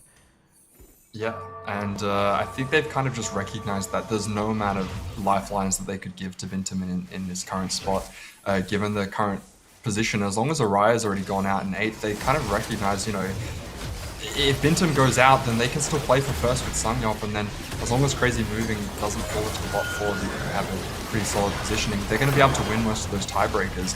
And not going 8th and going first is usually enough to just try and guarantee that you get just a little bit more points than your opposition. And as a 4v4 perspective, we do see their SCSC's gone out. So as long as Mold does take a loss there, and Jose now is also on 1 life, it doesn't really matter. One of the Team Secret players is likely going out in 5th year. Yeah, they didn't want to sack for Bintam anymore. I felt like Bintam could have overtaken Mauled, but as you were saying, they already know Sanyam is going to be the win-out player. If they have strong enough pieces there, they don't need to sack for Bintam. I think that's the right call at the end of the day. The key point now is, can Jose Paulo and Mauled hold on? Jose Paulo did find a Fiora too, so comeback potential online. Comeback potential online, but whether or not he can generate enough HP, I don't think so. As we do head into stage 6, even if he won a few rounds here, it's just not going to be enough. And there you go, Mold is going to sacrifice because Jose has the best chance of playing towards that win out. So Mold sacrificing there for Jose means that he is going to be able to climb up a little bit more. But because of the way the point distribution has aligned, if Sanyop is guaranteed that first, then they're okay. Then T1 is looking to be in a very comfortable position. So, is Jose's board strong enough to rival first place? That's going to be the big question. Sanyap has a monster win-out spot with Hold, I think it's Hold the Line as a combat augment. Very, very good emblems to go with it as well. And he did actually go for the Aurelion Soul cash out. So kind of interesting to see what cash out he picked right here. You know, we were talking about this at the start of the game. The only way he loses is if he takes the 8-rounder. But the script might have flipped now. Yeah, I mean, he's just kind of chilling. He's going to be able to push levels even further in a very, very comfortable position. Jose here, going up against a pretty strong Leona, is able to take out the rest of the board, so all of the units will be able to focus fire onto that. And Master Yi actually has a different mind and is deciding to wrap around towards the backline, so it doesn't matter how long this Leona is going to be able to live for. if the rest of the team is going to take it. It's pretty much coming down to Jose Paulo versus Sanyap Sport. Whoever comes out is going to win. The two members in the middle honestly don't even matter that much. They're just trying to deny copies at this point. Yeah, deny copies, but the thing is, when it comes down to that 1v1, if the player does, if one of the players do die before Sangyop, he has actually enough HP that he can just do his roll down later, but it doesn't look like that's going to be the case, as Sangyop has decided to roll down a lot of his money there. You can see at the bottom, has managed to hit a Sona 2, has a very, very strong position with the hold the line, and all these extra items when playing around the cybernetics there means that every single unit on his board is going to be dishing out damage. It doesn't matter if they only have one item, everyone is going to be helping and contributing, as opposed to some of those boards which utilize one unit carry. You gotta feel proud for Striker. Luck did not favor him. Fortune was not on his side, but he still made a game out of it. Got into the top 4 here in a very strong position. Like we said, his position doesn't really matter at this point, so I like what he's trying to do. You know, there's a potential that he just kind of tries to reforge and sees if he can find something even crazier at this point. But other from that, it's just the forecast, 3-star forecasting. There's really not much for him to play for.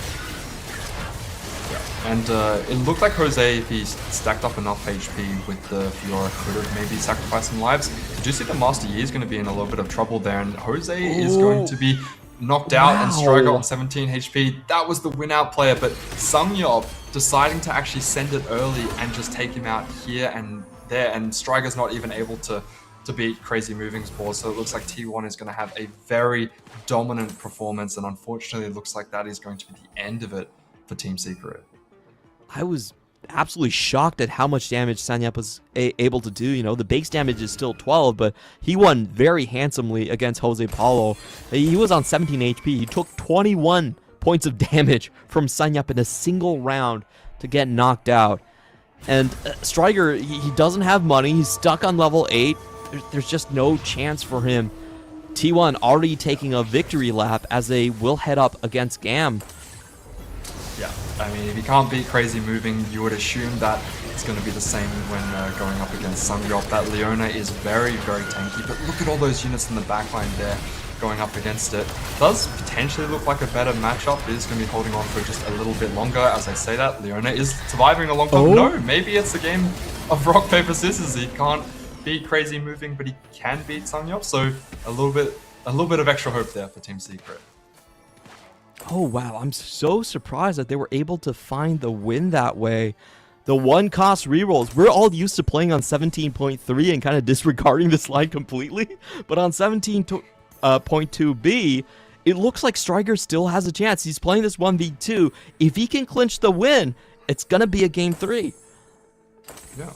I mean, there's a few changes that can still be made. We're going to be seeing some of the items removed around, you know, having the flexibility of just choosing exactly what you want.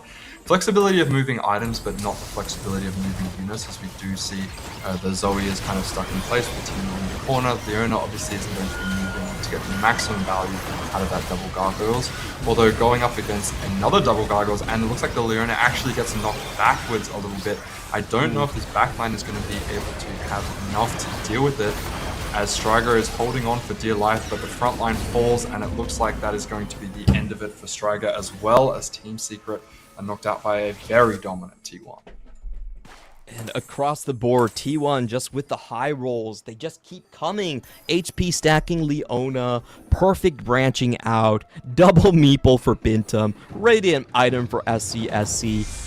If I'm being honest, this just felt like an augment loss. Like, all the augment combinations went in the side of T1.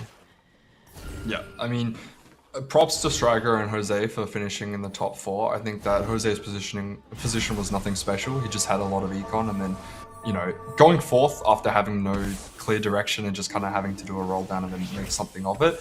And then Striker as well. Unfortunately, when you compare his augment choice to Sangyop, he just didn't really get the best of his branching outs, or his multiple branching outs and spreading roots, but still did really well and managed to pick up those extra forges and turn it into a beautifully constructed board.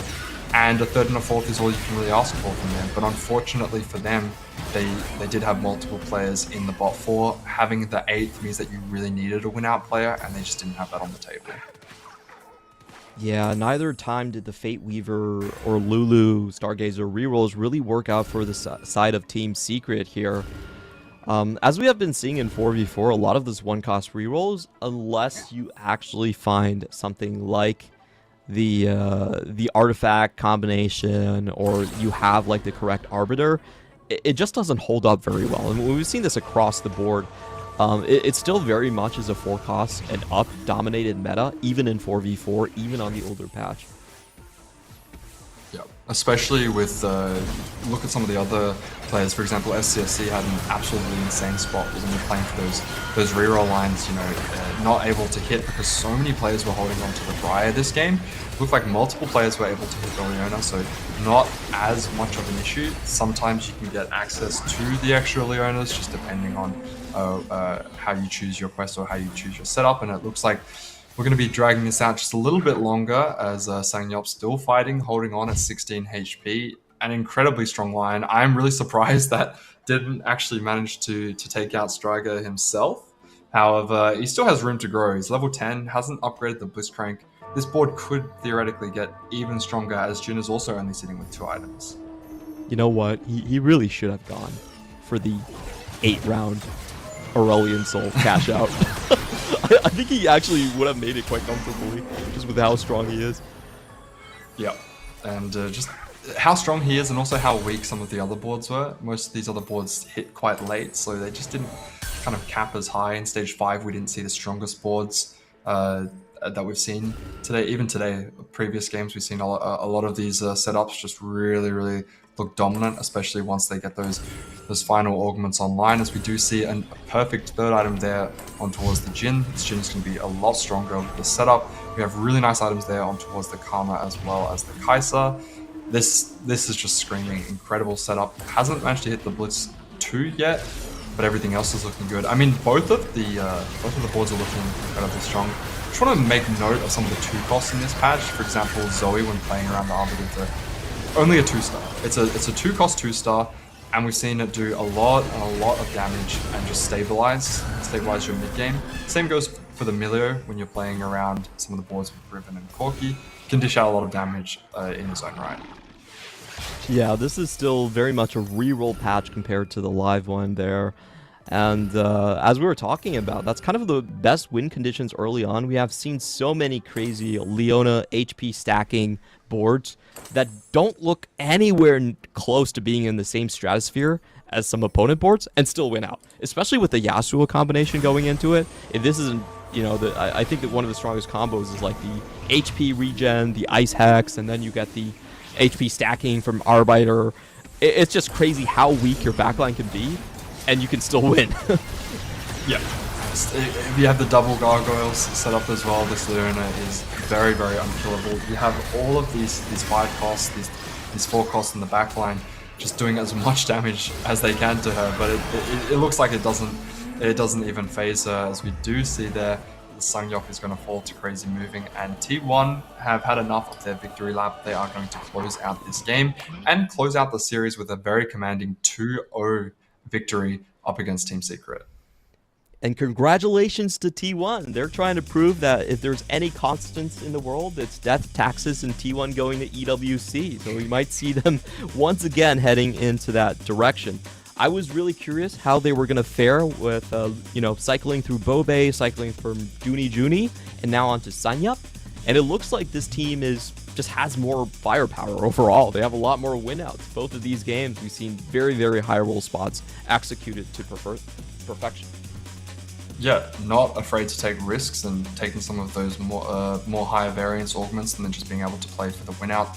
They've picked up some really nice emblems and then put themselves into very comfortable positions. Overall, their gameplay just looks really solid. They haven't really had anyone stick out as kind of the sacrifice, other than when Bintum was really hurt by some of the opposition when he was denied his cash out by Jose. But that doesn't really matter. If you have at least 2 players who are going for the win out, T1 looks very structurally sound. Indeed, and we're going to be taking a look at the brackets right now to see where we're going to be headed next, it is going to be GAM Esports versus T1. GAM, of course, is a Vietnamese organization, but the players they've signed have all come from the TW server. I'm actually very familiar with these boys. Their biggest claim to fame so far is actually knocking down RRQ and YBY1 plus Midfeed from the EWC Open Qualifier. So they're kind of the giant slayers coming into this tournament. Nobody has expected a lot out of them, but they've already taken down YBY. They've taken down Rock Esports, who does have a world champion in Without You. So this could be one of those matches where it looks like David versus Goliath on paper, but somehow GAM gives T1 a run for it. Yeah, and we've seen that some of the APAC underdogs can absolutely perform when it comes to EWC. We saw Virtus.pro in the last EWC just absolutely destroy some of these giants. People going in, who are these guys? I don't know if they're going to perform too well, and then just completely take them out. And we're talking about taking out giants. We are in the lower bracket, but I think many players would consider T1 as an organization as the giants, and the players have a lot of experience, and so despite the fact that they've dropped just one series, they could definitely be considered the giants. So if you phrase it like that, it could be quite scary. Yep, we will be taking a short break, and when we come back, it will be GAM Esports versus T1, a matchup that you wouldn't expect to be as close maybe, but it will be very exciting to see as we take a look at the bracket once more. And oh, are we going straight into the next round? Wait a minute. Maybe I have the rundown wrong here. That is going to be our next matchup. I do believe we are going to a short break before we get into it, so don't go anywhere. We'll be back shortly.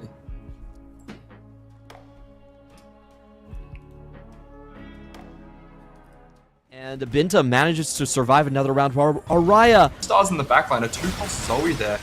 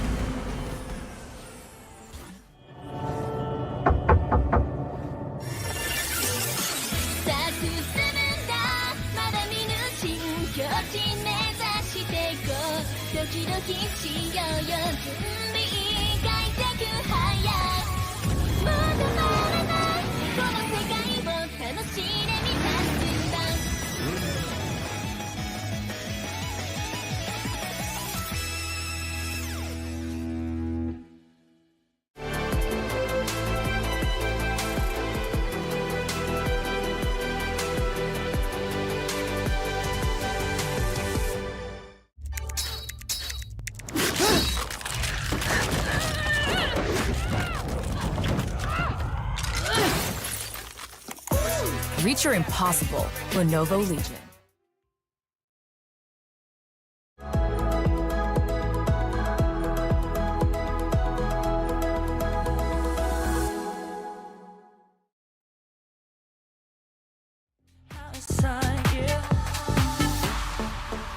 Taking over control, can you feel it? Our bodies moving closer, is it real? Trying to lose myself on the night shift, outside, yeah.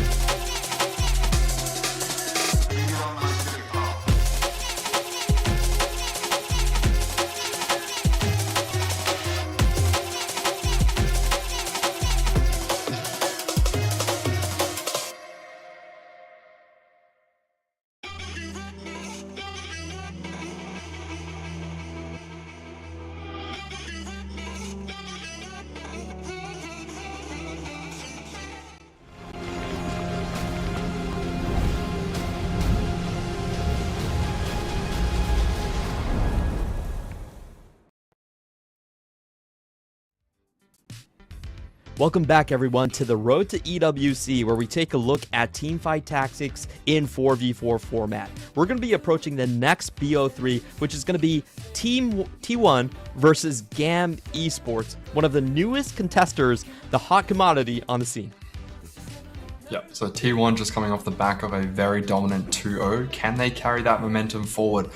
These TFT players, they play long hours. They know how to have a grinding session of many back-to-back games. But when you're playing in a 4v4 environment and it is competitive, it can be very difficult to keep up that momentum. So getting to only have to play 2 games at the start could be quite an advantage for them as they go up against GAM, who are fresh. Yeah, and this GAM Esports squad, a lot of people have not heard of them, so I will be doing some short introductions. I think their flagship player has to be YYDM, who was with the Flash Wolves in the previous EWC. They did make a top 8 run. He also won the most recent Tacticians Cup in APAC, Tacticians Trial. So he's already slotted directly into regionals. He was a TAC Round finalist player in set 12. It's been a while, but that's kind of the player you look towards. And for the other part, Stay Alive actually won the Macau 4v4 event alongside with the Rock Esports roster. So these are actually quite experienced players in 4v4. They're just lesser known when it comes to the single circuits. Yep, so won the Macau. I think it was actually the T1 roster who won the 4v4 in Paris. So we've got a little bit of a 4v4 champions going up against one another. I don't believe they had their full roster, but I do believe it might have been Bintum on the sideline who was kind of, being the coach from behind, because the stands were only like a couple of meters away. So you could really, in the qualifications, really be the eyes in the sky. And we've seen that Bintum's actually gone out quite early in a couple of these games, but sitting on the sidelines and making sure that the rest of the team is kept in check means that as a whole, T1 is looking very, very strong as a unit. That's exactly Bintum's role. We've checked his AVPs from the previous EWCs, and he's always hovering around the 5s or 6s. He is kind of a quarterback player on his team, kind of like Milk with Vitality, where if he goes out, the team might actually become stronger because suddenly he can dictate to everyone what they should be doing. Yeah. And we did just come off the back of a game of a lot of Yasuo hexes being utilized, especially when playing around that Leona, as Leona at the front line can become an immovable object, relatively speaking, with the double gargoyles. We are going to be getting that option as well, as we also have Echo as the other god that's going to be venturing us to us at the same time. We've seen a lot of these heavy econ openers, and already getting 6 gold at 1-2 means that we have the potential of another one. Only one component dropped at the moment, but we know that these players love to utilize that open cell strategy so they can bounce back even harder. And what we've seen from these two teams so far is that for T1, they're absolutely stacked with win-out conditions. In both of the games, we saw them being very willing to go early and go with these high random output augments. We're taking a look at someone's board here with Arbiter. There is gain permanent max health from just 3 attacks. And it is going to be Sanyap, so a very strong starting position for him already. Yep, and that's not always how you would expect to see the openers actually playing around the Diana there. Not as common because it's a 3 cost, don't always have access to it. But if you can stack up some of that HP, you can still play towards the reroll, and this Leona 3 is very, very powerful. And we've actually seen multiple Leona 3s be hit in the previous game, so potentially that is going to be something to look out for. Nothing crazy with the setups just yet, as we do see there's a chance to get a Leona at the combat end as well. So that's just another easy way to guarantee to hit that Leona 3, and it's why we've seen multiple of them in the past. This is going to be on Fallhalf's board. He does have the 3 Primordian, so it doesn't look like he's going to be indexing into that direction earlier on. For GAM, they have been known to steal for 3-star 4 costs. That's actually how they defeated YBY1. It was a massive upset that shocked Vietnam. But yeah, that's what they're known for, and they have patience as a virtue, which is a potential pathway to go into that composition.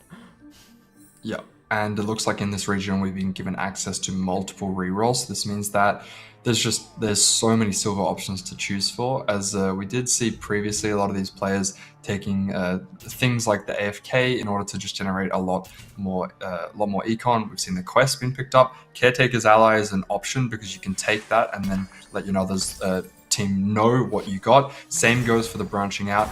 Now getting Anima, we did see Anima get absolutely not used with the spreading roots previously, and then reforged, because Anima, if you get it early, sure, it's great to have +1, but you need to at least get the 3 online. Yeah, statistically, it's probably the worst to get from branching out. It's just very rarely useful in these cases. It's not like the previous patches where you could actually remove the anima and kind of fake out opponents from breaking your loss streak. It doesn't really work that way anymore. So I think anima is, when you're looking at it, you're always kind of thinking to yourself, teammates, can you bail me out? I'd be in a little bit of trouble here. Yeah, if it doesn't really support your opener, it's just doing absolutely nothing. So maybe you can get a Reforger later, that's potentially an option. We'll have to wait and see. As we do see, there's the 2-star Jax there at the front. Very, very strong setup here. Is going to be going on a bit of a win streak. Hasn't slammed any items yet, most likely because they didn't need to, but potentially going to be slamming something to keep up that momentum. It feels nice to come back from 2 games in T1 versus Team Secret where there was just a lot of additional resources coming from the map, coming from just the PvE rounds. This time around, we have a stock standard opening, 3 item components for everyone. And I think this does lend itself a little bit more to tempo play, right? In the previous series, we didn't catch any games where it was just beating down on the low HP player and someone not being able to, hit level 8 comfortably. I feel like this is the sort of more grindy 4v4 that we might be more accustomed to. Yeah, and we'll see if that's going to switch up how T1 like to play, because they did have 2, I would say, relatively similar games where they kind of knew exactly what everyone's role was from the get-go. And obviously, I would imagine that Gam was probably sitting on the sidelines watching and taking notes of every single decision that was being made by T1. As well as the Fallen Team Secret, just because it's going to give them that little bit of an edge as they go into the games fresh. So we are going to be seeing there's another 2-star 2-cost. There's the Gwen was picked up there from the early augment. No slams again. Most of these players, they don't like to make their slams super early unless they absolutely have to. Sitting on a 2 streak, going up against a strong board, we see, are we going to slam anything? Just the sword for now and just spreading out the components. I agree with this just because you do want to keep your streak here, but going up against a Briar 2 might not be possible, and the item slams here just don't really suit the board super well, or leave you in a spot that you feel comfortable without the items that you've made. Slightly unlucky for Crazy Moving to run into YYDM's board on 2-3. I feel like if he had more components, he could have contended for a full win streak.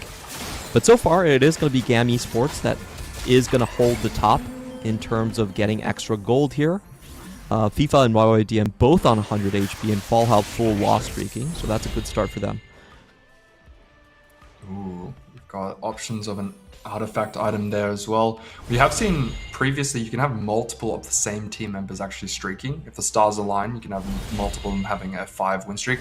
Best case scenario, you can even have 2 of your players have a 5 win streak, whilst 1 of your player has a 5 loss streak. And that is still on the cards for Gam at the moment. Whenever I see these artifact items, I'm just getting so worried for that 3-7 cash out. It can kind of decide the game in this case, especially when the other option is Starlight, which is considered pretty much the weakest Yasuo option here. So get ready for some Gamba. We're going to see what the combos are going to be. We've definitely already seen a little bit of the gamble with the anima picked up from the branching out. Wasn't super fruitful. Most of these other players, though, I would say have a pretty, relatively safe option here. No one looks to be in a crazy position, as we do see there's the anima board there. Extra items being picked up all across the board, and so few slams from all of these players. Most likely just FIFA and YYDM are going to be wanting to slam to preserve their streak. You see SCSC has managed to pick himself up. There's going to be an emblem as well, the Darkstar there. So we've already seen this Darkstar line do really, really well. If you can get to level 9, you can play around the Kai'Sa and the Jhin. You have access to 3 carries there with the Karma as well. And you already have the spears at the front line, so a lot of flexibility there, and you kind of just have a nice care package ready to go. Yeah, I do think Crazy Moving is going to be the one that's kind of trying to keep T1's HP bars alive. They are taking a lot of damage. Well, I really like what Fallout is doing. He's making sure he's full loss streak, so even when T1 are losing, they're not going to be able to get full streak gold. So really nice spread overall from Gam. I feel like this stage 2 does come into their favor.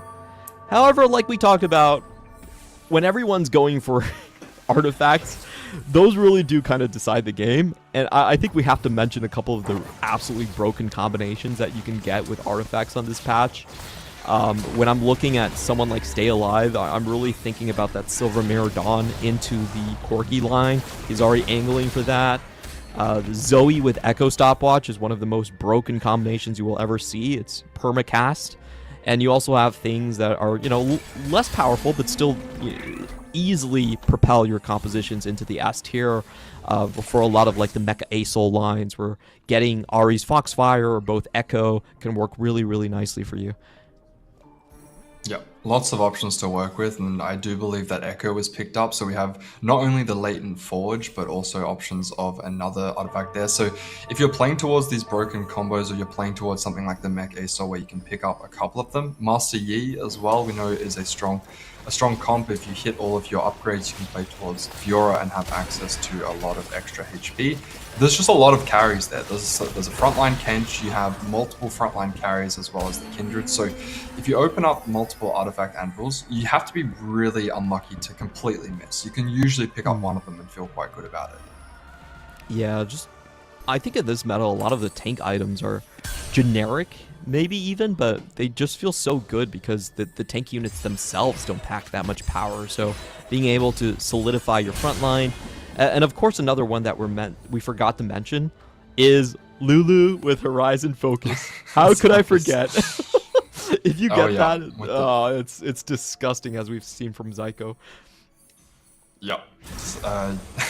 Secured that, so absolutely up in arms on social media about how he was able to secure the win so early by picking up a very, very strong combination. A bit of a gamble when you're playing, for example, from this position. Even if you did have access to that and you wanted to play towards the Lulu, if you don't know that you're going to get the Horizon's Focus, it's a little bit too much of a gamble to risk playing into that line. So it's more likely that we'll see something with more outs, as the players are going to push to fast 8 and then play around multiple different options. We do see a lot of gold is being invested quite early here, as usually we drop down to 33, but sitting at 24, digging quite deep there just to try and get a couple of wins here. Lots of options here to reroll. We are on silver, so not as crazy as some of those other options with the prismatic. However, we are going to be able to choose pretty much exactly what we want, as there's just so many augment choices here. And he does have extra digs, so if he really wants to find something like team building on a roll, actually pretty good in this reroll spot as well, he could go for those. Just trying to consider between 2 and 3, I would guess. 3 does give you a lot more value over time, but it really depends on how many copies you're sitting on. So okay, we're gonna get a clear look here. It feels like he has enough copies where he can just use team building. It just feels a little bit bad after already rolling quite deep and then taking the honor roll afterwards. So I think that's kind of what he was deciding, going back and forth, going, this honor roll has higher potential, but I've already wasted all my gold, so I'm not going to be benefiting from it as much. So just going for I would argue maybe a potentially safer option there, especially when other players on the other team are going to be griefing your upgraded units. Having that guaranteed duplicator just makes it a lot easier to hit those final columns. Yeah, absolutely. We do have Crazy Movie going into restart mission and getting a Diana 2 out of it. So pretty interesting board. Very difficult to make use of. But I will say from the CN qualifiers, we actually saw someone win with the Diana reroll. Hongmin was the one that pulled it off. So it's not unheard of. It's typically in 4v4 when everyone caps a little bit lower, some of these B tier compositions can find a place in the roster. Yeah, just a little bit awkward here with the itemization, despite the fact that it is a 2-star 3 cost. Just, with the backline items doesn't make a whole lot of sense. Just keep the items there on the Zoe, and then at least you have a little bit more upgraded frontline there on the Arbiter, as we are going to be getting a look at Volhop, who is playing 3 Anima at the moment. And as you mentioned before, the branching out into the Anima is just not that beneficial when you can just pick up 3 Anima and play it like this anyway. And you're going to be benefiting from it the exact same way, except you're not wasting it. Yeah, and we will be seeing where Fallout eventually does land. He's even keeping all of his anvils still locked in as well. His game plan is just to try and deny T1 loss streaks, but how can he actually turn the corner himself is going to be the big question. He's going to have to pay a lot of attention to which compositions are open, and most likely it will be some form of a 4-cost flex comp here. Yeah. And you can see dropping all the way down to 39 HP. At least he can look across the board and see that his teammate FIFA up there sitting at 100 is very, very comfortable. Not far away, Stay Alive sitting at 88. So a lot of HP to work with, and sorry, a YYDM as well. So despite the fact that Volhop is playing a very risky game here, benefiting a lot from the econ and the ability to have a bit of a comeback here, as we do see that the all-in items are finally coming into play. Potentially going to be waiting to pop it after Wolves, as we are going to be playing a lot slower, try and avoid some of those options. As I say that, decides to rip it anyway, and now he has access to that Silvermere Dawn, as you mentioned before, can be quite beneficial, but doesn't decide to go for it. Yeah, I feel like his game plan is just to drag Senyup down and then play the same Master E line that Senyup is currently angling for. And indeed, the Edge of Night does go down onto the carry as well, so he's looking for a tank item to reduce the armor stats in the front line. This is kind of an interesting game style to play. He's fulfilling so many different functions right here. I actually really like this from Falhelp. He's stopping Senyup from getting his Anima cash out. He's preventing T1 from getting any loose streaks. And he's also going to contest Senyup at the same time. So, overall, I feel like Cam has actually played the start of this game a lot cleaner than T1. Yep. Falhelp's looking really, really safe. I do want to also point out that he's committed to the Master Yi line, so has access to that Fiora, can tech in quite nicely. And because he's looking up at his teammates, he's got, 3 teammates that can sacrifice for him. So he's going to be stacking up even more HP. You think about Fiora as like, oh, it's nice to get a little bit of extra HP. Now I'll have 1 extra life I can sack for my teammates. It's actually going to be the opposite. If he's strong enough to take out some of T1, he's going to be generating HP there, and then he's going to be able to say, guys, can you just lend me a little bit of HP to his teammates? And he's going to be on multiple lives in stage 5 most likely. Yeah, so the Mastery roll down and whether he can find that Fiora early are going to be massive for his board. Yeah, it has a lot of gold. He's probably just angling for a 4-2 roll down here, but if T1 isn't able to take him out, they let him turn the corner. That's going to be very, very bad news for them. And Senyup now down to 20 HP. Wow, that's incredibly low. From what we've seen for 4v4, usually in these 10 loss spots, you kind of have to commit at this point into the Corki line, which is the most common answer we see. Yeah, and does have access to the Jinx 2 there, has picked himself up a copy of the Master Yi. So we do get a look around at a lot of the different Owen artifacts that have been picked up here. You can see YYDM is playing around that Briar. Mentioned that they picked up the double duplicator, will be coming into play shortly, as after the second duplicator comes in, we're technically only 1 Briar away. And I do believe that's just going to be the natural 3-star, so hoping for some extra items there for the Belveth, because that's usually not the first unit that's itemized in that line. Yeah, pretty lucky for him to get that one directly online. He does have the potential for the Kraken Slayer if he does want it, or he might be looking for additional items on the next augment. Remember, we are playing on the Scout encounter, so you have extra rolls to fix your items if you want to. So might be waiting a little while longer for that one. The important players, I think, are definitely going to be Senyup and Falhelp as they enter the 4-2 roll down. I don't think either of them are rich enough to roll now, but the next round is absolutely critical for both these players. Simon actually has to go now. As Senyup he's used a lot of his rolls there, is struggling to get all of his items on in a timely manner, has decided to pivot into that Corki line.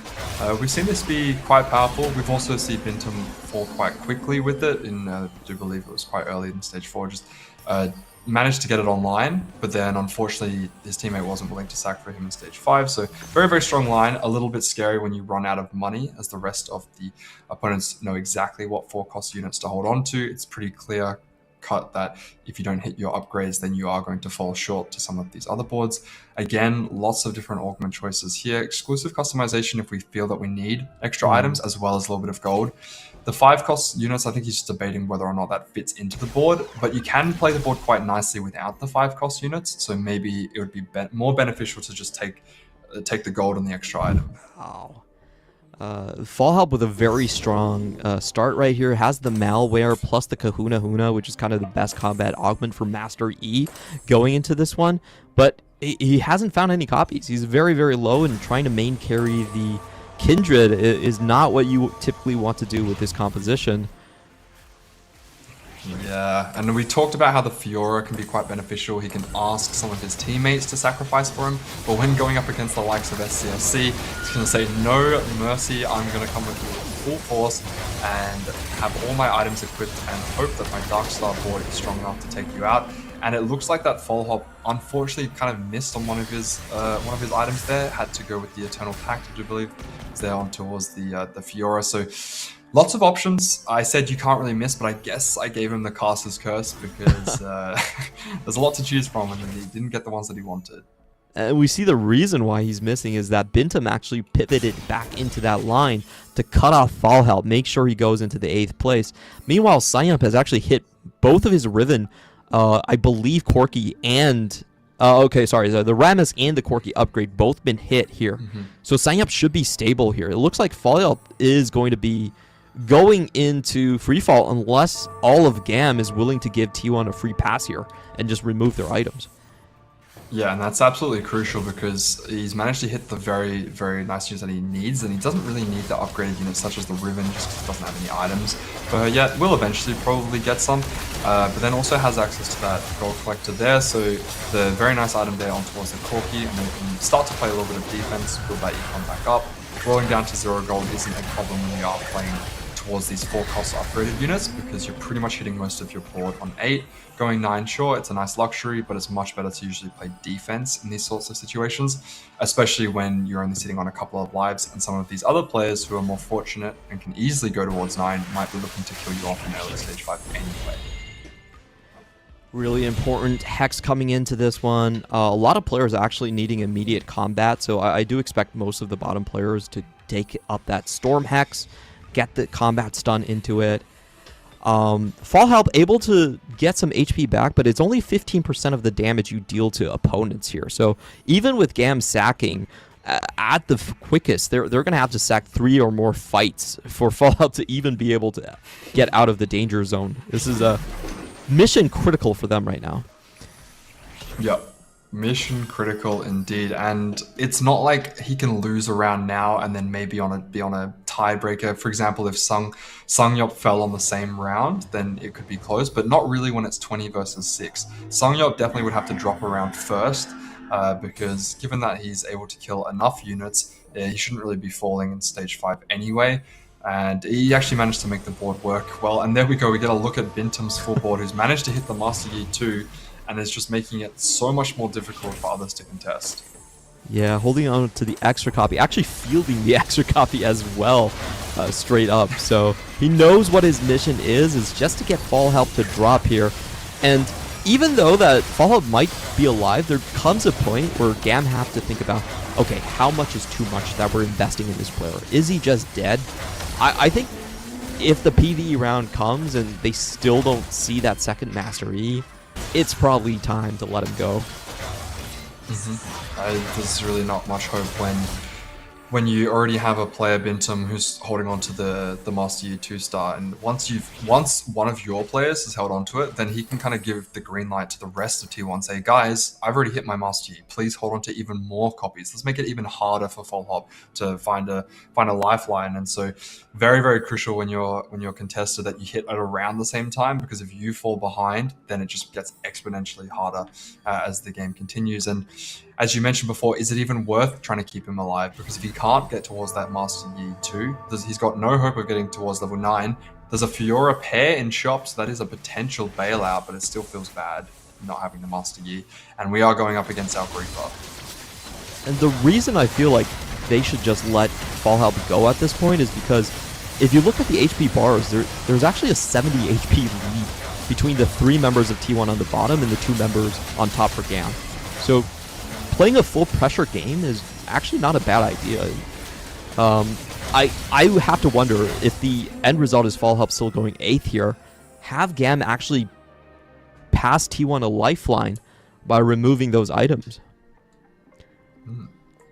Most definitely. As we see Crazy Moving making use of those nice hexes there, the Nami and the Karmas, the classic duo carrier there with the Vanguard, has a very nice upgrade there. Is going to be potentially making some items on towards the Nunu. Unfortunately, does not have access to the Vow. We usually just see players try and get this Nunu to cast, get that extra CC off on towards the board, as opposed to a unit like Rammus, where you really stack with those raw stats because they stay alive for a lot longer. Speaking, no pun intended. But there's the double Corki, and didn't you say this was one of GAM's strategies? This is pretty much telling Psyup, you're a dead man walking. Like, we're actually here to just pick up your loot right after you drop. But to be fair, I feel like Corki's one of the best units on this board anyway. So keeping that chance alive, but honestly, just kind of a ordinary swap in coming from them. Not really fielding units like the Pantheon that might be on some boards here. Yeah, I mean, is going to be sacking a little bit. We're going up against some players who are just trying to go fast 9. Playing around a Jax 2 still, so you've got the Jax 2, I do believe it was on 2-1, and is still carrying it as the prominent front line. But when you have all this HP to work with, you can see both players are actually sacrificing items on their main carry. You can see that Zaya has no items there on towards the side. You can see that the Corki is missing the items as well, because they can just put them on as they see fit.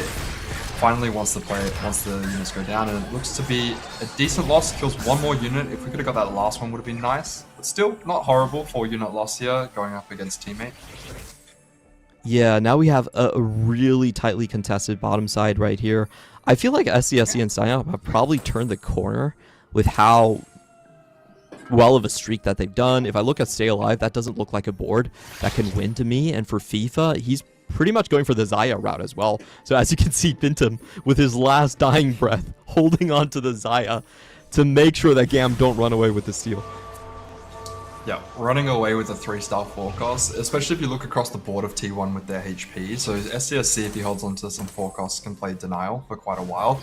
But if you look at the rest of T1, even if they do play Denial and start to hold on to, for example, the Corkis, it doesn't matter if you're playing defense if you're just going to die in the next couple of rounds anyway. So Gamma are really just chilling. They're just trying to preserve as much HP as possible, stay on level 8, rather than push to level 9, which is pretty stock standard. They can just roll down for that guaranteed first place. And then they know that it's very beneficial just given that they already have a player out in 8th.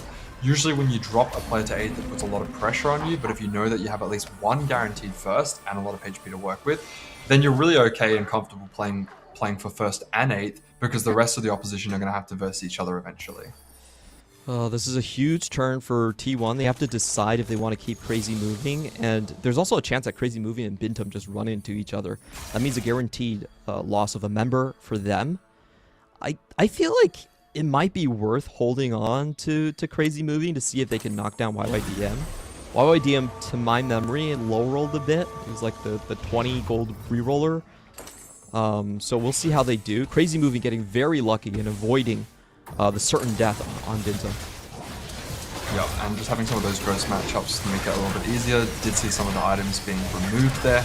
So do go for a player matchup here. The Master Yi there at the front line is going to be quite convincing. We should be able to take out just a Jax 2-star. I do say that, and it takes a little bit longer than you would have liked, but once the front line is gone, all these melee units moving towards the back line, and Bintum is just going to have a little bit more to work with. It is quite scary though. Crazy moving SCSC and Bintum have now all fallen to guaranteed 1 life here. So Gamma looking quite comfortable. Sangyop, if they play it right, can still sack 1 round, although he can't do it perfectly. Can't do it loosely. He needs to make sure that it's a pretty decent loss. The minimum damage you're going to take is 11 right here. So Crazy moving and Bintum, if they run into each other, they're dead. The only potential player they could actually save is SCSC. A lot of it is going to come down to fights, right? Because if Bintum drops first, that opens FIFA to roll for the Zaya immediately. That's kind of the critical timing that we're going to find out right here. And it's YYDM. So again, Bintum avoids a teammate, and if you can take YYDM out, that would be huge. Yeah, the Briar doesn't actually have the items. We're going to be switching off from the Hodge there and going straight on towards the frontline tanks. And it doesn't look like YYD is going to have enough firepower to get through it. And the Bramble, unfortunately, is on the wrong side. So all these heavy AD users were able to just sweep up all of the damage on YYD's board. And the fight was really, really close, and unfortunately was just not enough. Although, that being said, as you said, 11 as the base means that players can live for a little bit longer. Crazy moving is going to be out, but YYDM is holding on by a thread. Yeah, 2 HP. There's really nothing for him to do at this point, though. That's the unfortunate position that he's in.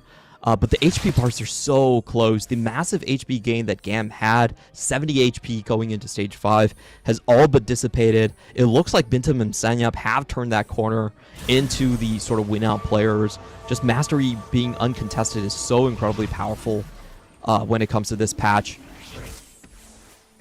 And it looks like He is going to be going up against his teammate there. Zafifa sitting on 13 HP, so I don't really know what you're going to do there. I mean, if you can position it perfectly, then there's potential. As we do see, though, that the two Corkis are still online. Bintum is going to be going up against it. One Corki is going to get taken out because Master Yi has made his way to the back line, and looks like Bintum has made himself a bit of a comeback and is going to be taking down all the GAM players into one life. And did they manage to time it perfectly? Unfortunately, no. Such a slim margin. That was very, very difficult to do. They gave it a good crack, and it looks like YYDM is going to live for another day. But that's something that's very difficult to calculate, especially with limited removers. Yeah, and now if Stay Alive and YYDM run into each other, it's going to be about HP totals, right? One of them has to go bot 4. They need Sign Up to actually drop a little bit more. This is the closest match that we've seen the entire day. Everyone now on one life going into stage 6. Yeah, and it doesn't really matter if one of the GAM players can win out, just because they've got so little HP. SCSC is sitting at the top, but really not by much, the 13 HP.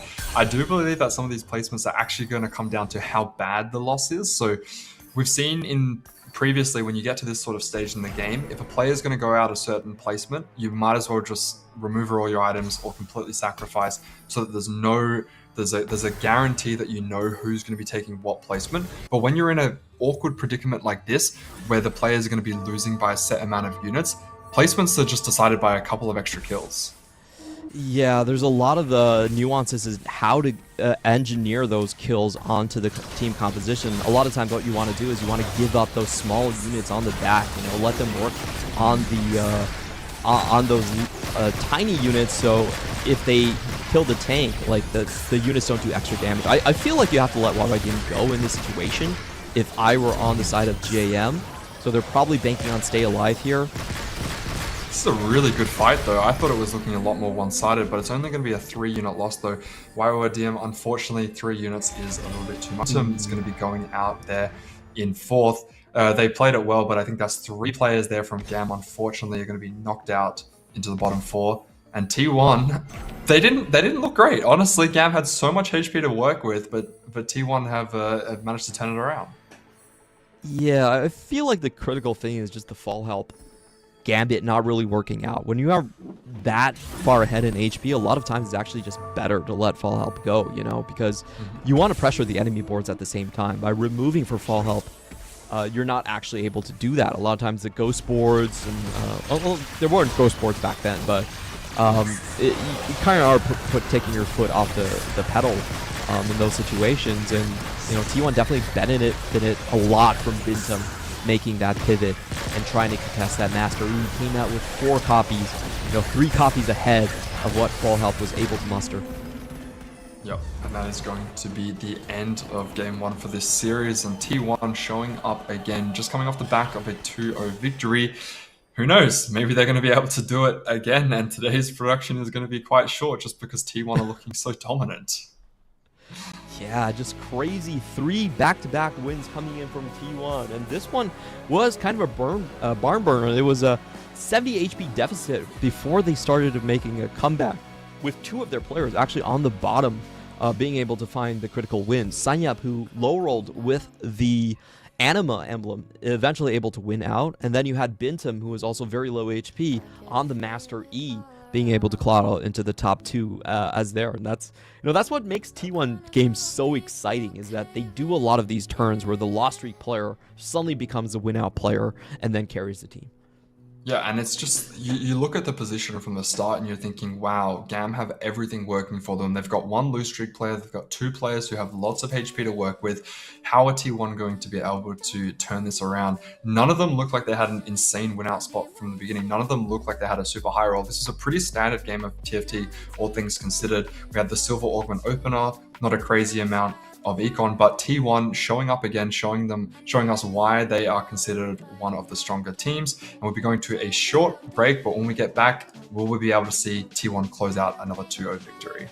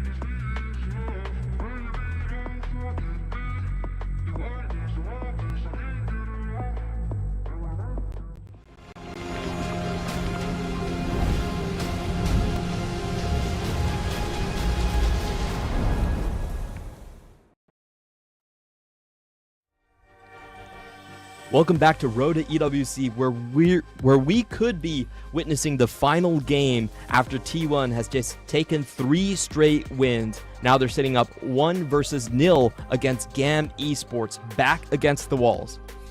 Yeah, dominant performance there from T1. I think we saw in the first 2-0 sweep that they had very comfortable lines from 2-1. All of their augment choices were giving a lot of the players clear direction to say, I'm the win-out player. Oh wait, no, I'm the win-out player. And they had multiple players who were able to fight for that position. But that's definitely a problem that you want to have if there's going to be any fighting amongst your teammates. But then heading into the last game, they just showed a masterclass of perseverance, really. They didn't have the strongest positions. They didn't have the most HP and flexibility to work with, but they worked together as a unit and managed to get multiple of them comfortably into that top 4 and just shoving GAM down into the bottom 4. And once you get 3 players down there, then it doesn't matter if you don't have a win-out player because you're already through.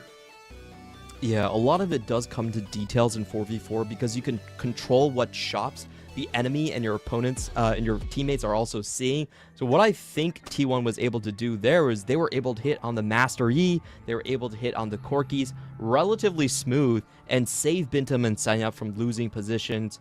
I feel like there was a lot of shot manipulation coming in from them that really buttressed their win. We're now going into game 2. The 2 gods are going to be Ari and Kale.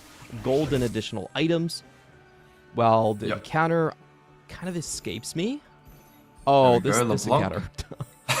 So 3-1, 3-2, and 3-3 are going to be when we see the augments. So I did just talk about how we thought that T1 on game 1 and 2 of the first series that they played against Team Secret, they had really good spots from 2-1. We go, okay, they've got a nice opener, they've got great augments to support a very strong position to play for a first or a second. They're not going to have this luxury, but they've already shown in the previous game they have the ability to just make strong, smart decisions, save their removers, save their HP, and then coordinate effectively in the mid to late game in order to ensure that they have enough players in the top 4. We did see a couple of people take this arbiter here to pick up Leona 3 in multiple games we've seen, either getting extra HP, multiple copies of the Leona. Not really going to be seeing this. But we don't have any augments at 2-1. So, Clement, do you think that changes kind of the direction these players will lean? How does that affect the early game? Well, typically this encounter is thought of as the if you lose streak, you get nothing encounter. Well, when you have those 2-1 econ augments, like, I think it's like harsh lessons or something, but when you lose, you get extra EXP, stuff like that. In this map, you get nothing. So it's very tempo-oriented. I feel like this might be the first time in 4 games where we see one team try to push the other for a blowout. This is what we've seen a lot from the CN squads, where everyone is playing a reroll. They're just trying to up the tempo as much as possible and run the other team out of the gym. Yep, up the tempo with the reroll lines. Unfortunately, they don't know how their augment is going to be supporting that reroll line. For example, if you play around some of these one costs like the Briar, you get access to the Pandoras, you can get guaranteed the right items. If you're playing around a Leona, you want to make sure that you have the double gargoyles. You don't really know what you're going to be getting to assist your item development as you head into stage 2. So it's a little bit of a gamble in that sense. But because we don't have our augments yet, you know that you're going to have a guaranteed power spike. And if people don't have the nut set up from stage 2, you could maybe make the assumption that these one-cost lines are just going to feel a lot more stable because it gives you that sense of stability from an early point. Yeah, it's just really hard to play Fast 8 on this map without an extra gold econ generating resources from you at the start. The stage 3 augments, there might be some broken augments that come into there. I do believe this encounter actually messes with some of the exclusion rules. So that's going to be very fun to see. But I'm also not sure if players are well versed in them. It's like I don't know any single player that has like specifically went into the exclusion list just to figure out like how to play on a LeBlanc map. So there could be some really interesting surprises for us. I mean, all it takes is one player who's done their homework, and they tend to pass that on. From talking with some of the 4v4 players, a lot of them have, they have Google documents, they have their spreadsheets, they have all the different sources like that, because everyone within the team is going to be on the same page. And if one of them comes across new information, they're definitely going to be sharing that with their team. That is obviously very crucial. And on top of the 4v4s, players often have study groups as well. So who knows? Maybe that knowledge is being shared around and players go, oh, it's LeBlanc, we need to be leaning towards this, but I guess we're just going to have to wait and see because it doesn't look like too many of the players have locked themselves into anything. And it's really hard to do that on 2-1 anyway with this encounter. Yeah, what I would be looking at is just the HP totals. It is typically thought of as if you win, you just kind of win more. Stay alive with a huge hit right here. Doesn't have the Briar online just yet for the Econ, but this is still a pretty good look for him. In the meantime, I would say T1, it does have the slight lead here, right? 2 members with 100 HP. It's still very early in the game, but especially for this encounter, that's kind of how you have to call it. Yeah, and an early Belveth there as well. We did see previously that Belveth was hit before the Briar on a previous primordial reroll board. Has access to the QSS if they want to slam something, but usually it's not great. It's not the first thing you want. The crowd control is not something that you really fear in the early stages of the game. If we're going to be winning anyway, then it doesn't really matter. But, you know, hopefully we can get access to some other options. That being said, though, Belveth as a secondary carry can be quite beneficial. And so we often see that despite rolling on level 4, looking for those 1 costs, Belveth is usually picked up plentifully. And Fall Help does get an Arbiter that gives him additional Leonas, making up for the fact that there just isn't going to be as much gold onto this map. So I feel like for most of these players, it's just win streak, and can you find those early gold generation Primordians and like Time Warp into your board right now. And interesting to see some of the encounters, for example, where you split the pot. Because discussion has to be made between that. Usually what they try and do, I do believe, is that they send 2 and 2, something like that, depending on who's able to pick up those components. For example, if you needed the tiers, you wouldn't really want to opt in for it. But if you say, oh, none of us are going to pick that, then that doesn't really make any sense, because the other team, if even one of them picks it up, then they're going to be benefiting very, very nicely about that. So encounters like that have been around for a couple of sets. I do believe in the previous 4v4 we also saw a certain encounter, something like that, where you need to make sure that you're coordinating very well with your teammates to not give an opponent an edge, as giving them a pot of gold is definitely not ideal. Yeah, and for T1 it's kind of interesting because they're win streaking. They typically will want the more items to be held right here, but they also run the risk of giving Gam way too much gold. I think the split was eventually something like 4-4. So if it's a 4-4 split, then you know the players that pick Ahri don't actually get ahead. You really want like 3 or 2 members just splitting that pot. So it looks like T1 did navigate that quite well. It's a really late slam there on towards the Morello, and is just enough to guarantee that he wins that and manages to keep the streak alive. Makes sense, as he, despite going up against his teammate, is building a little bit of a streak of his own, and they're staying on level 4, so not necessarily going to be able to keep a 5 streak. That being said, I do believe that we saw, was it Sangyop who managed to keep a 5 streak despite playing around level 4 Primordian reroll?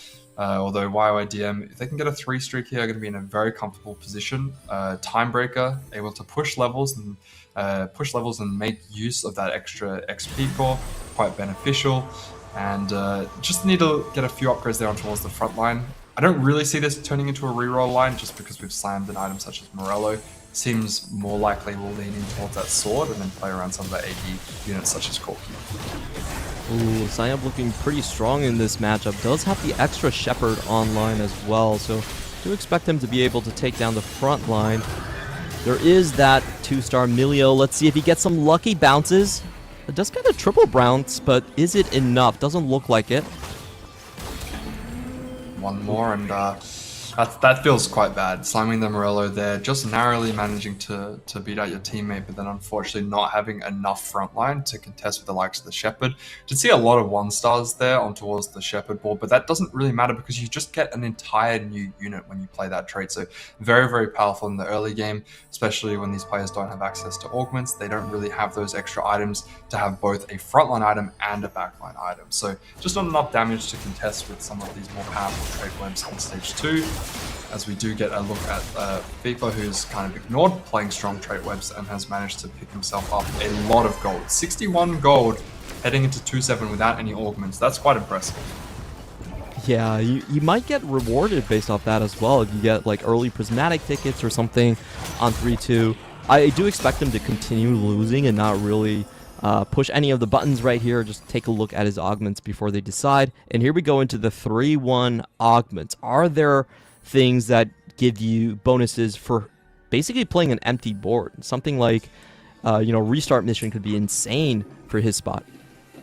Yeah, I definitely agree with the restart mission. I would say a lot of the econ options that you get on 2-1 can be really, really strong, especially with going for something like a quest, or if we've seen AFK into Anima. Anything that just gives you a way to bounce back afterwards can be really powerful. That being said, because it is now 3-1, the stage 3 augments, not as game warping, I would argue. Maybe if you have access to, there you go, an extra Reforger that you can play around the branching out, can be quite powerful. We'll have to wait and see if the other options are all going to be silver as well, as we do see that Staylive's managed to pick up a Briar 3 despite still having 43 gold and a lot of gold on his bench as well. Yeah, did just go for the rolling down and rolled everything to make sure he starts win streaking on stage 3. It's pretty necessary for this composition to do so. In the meantime, we've also seen both of the branching outs actually miss a little bit. There was a Psionic and a Sniper for Bintam, who's angling for Master E. So this game looks like it's going to be relatively mellow for now on. There isn't an obvious win-out player as we head into the next one. Spreading roots again, insta-pick.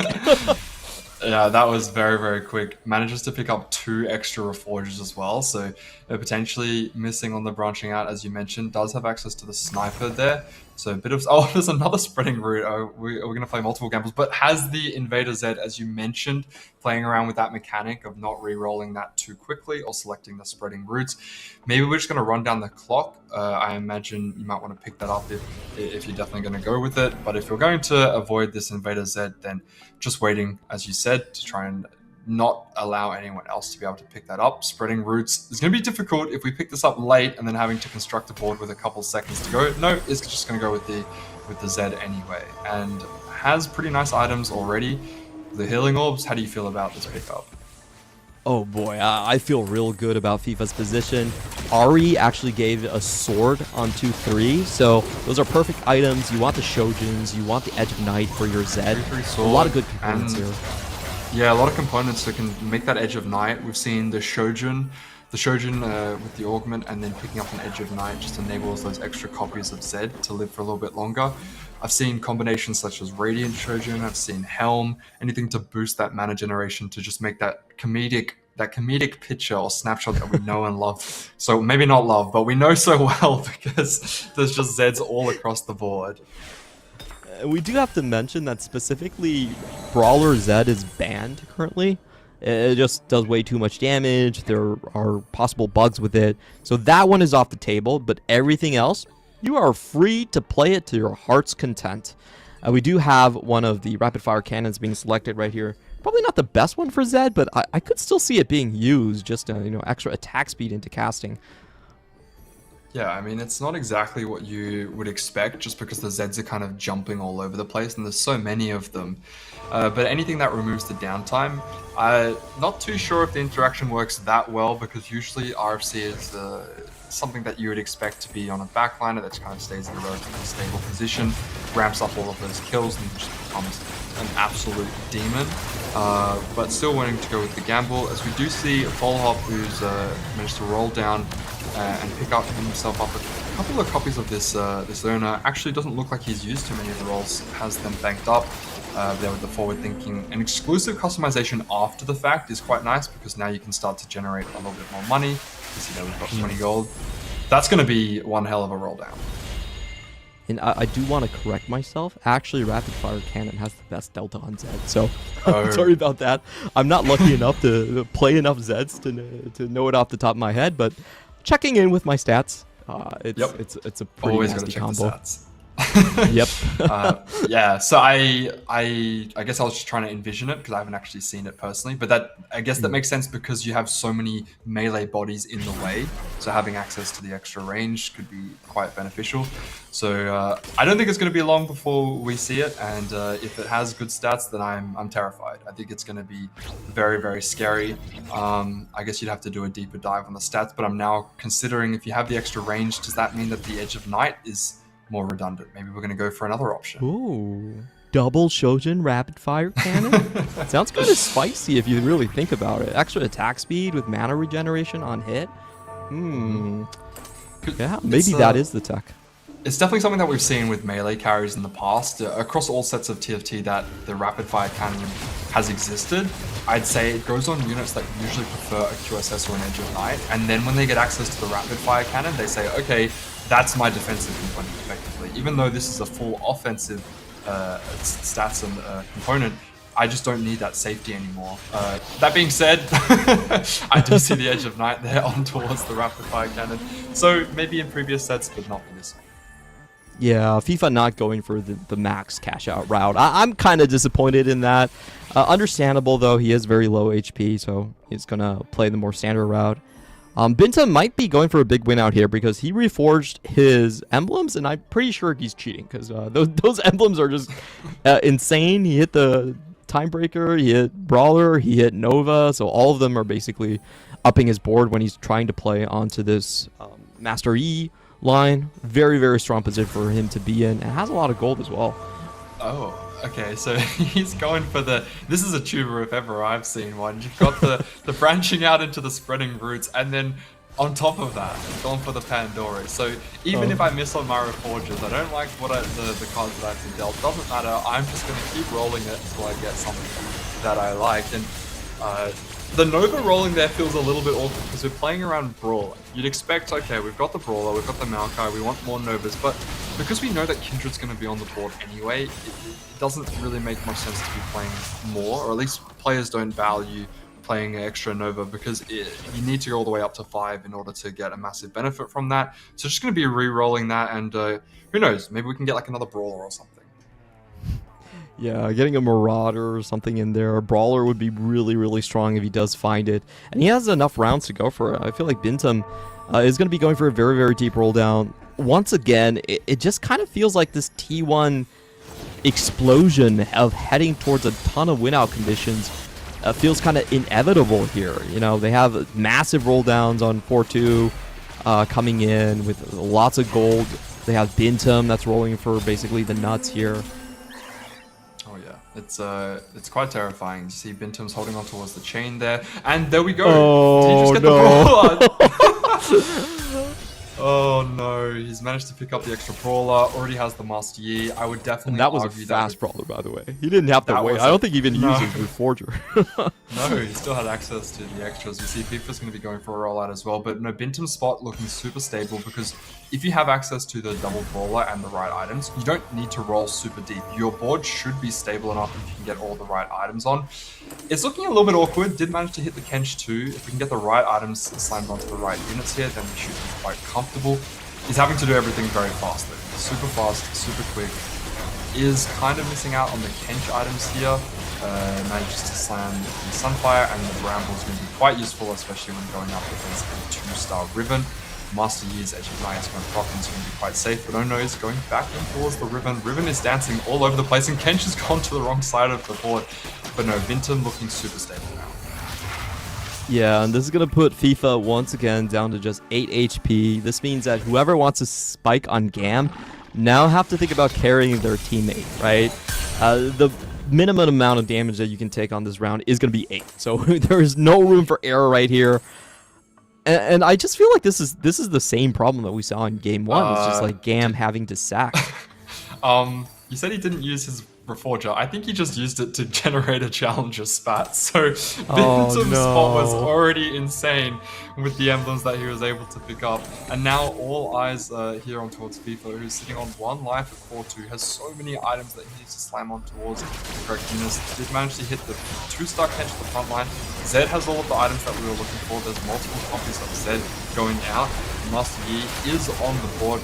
Kench is going to be the main frontline tank, and when going up against Stay Alive, who is still yet to fully spike, going on to those extra copies of Kai'Sa, looking for a potential 3-star. FIFA has a lifeline. Definitely stable. It's just going to come down to, is there anyone in T1 who can take down the Zed?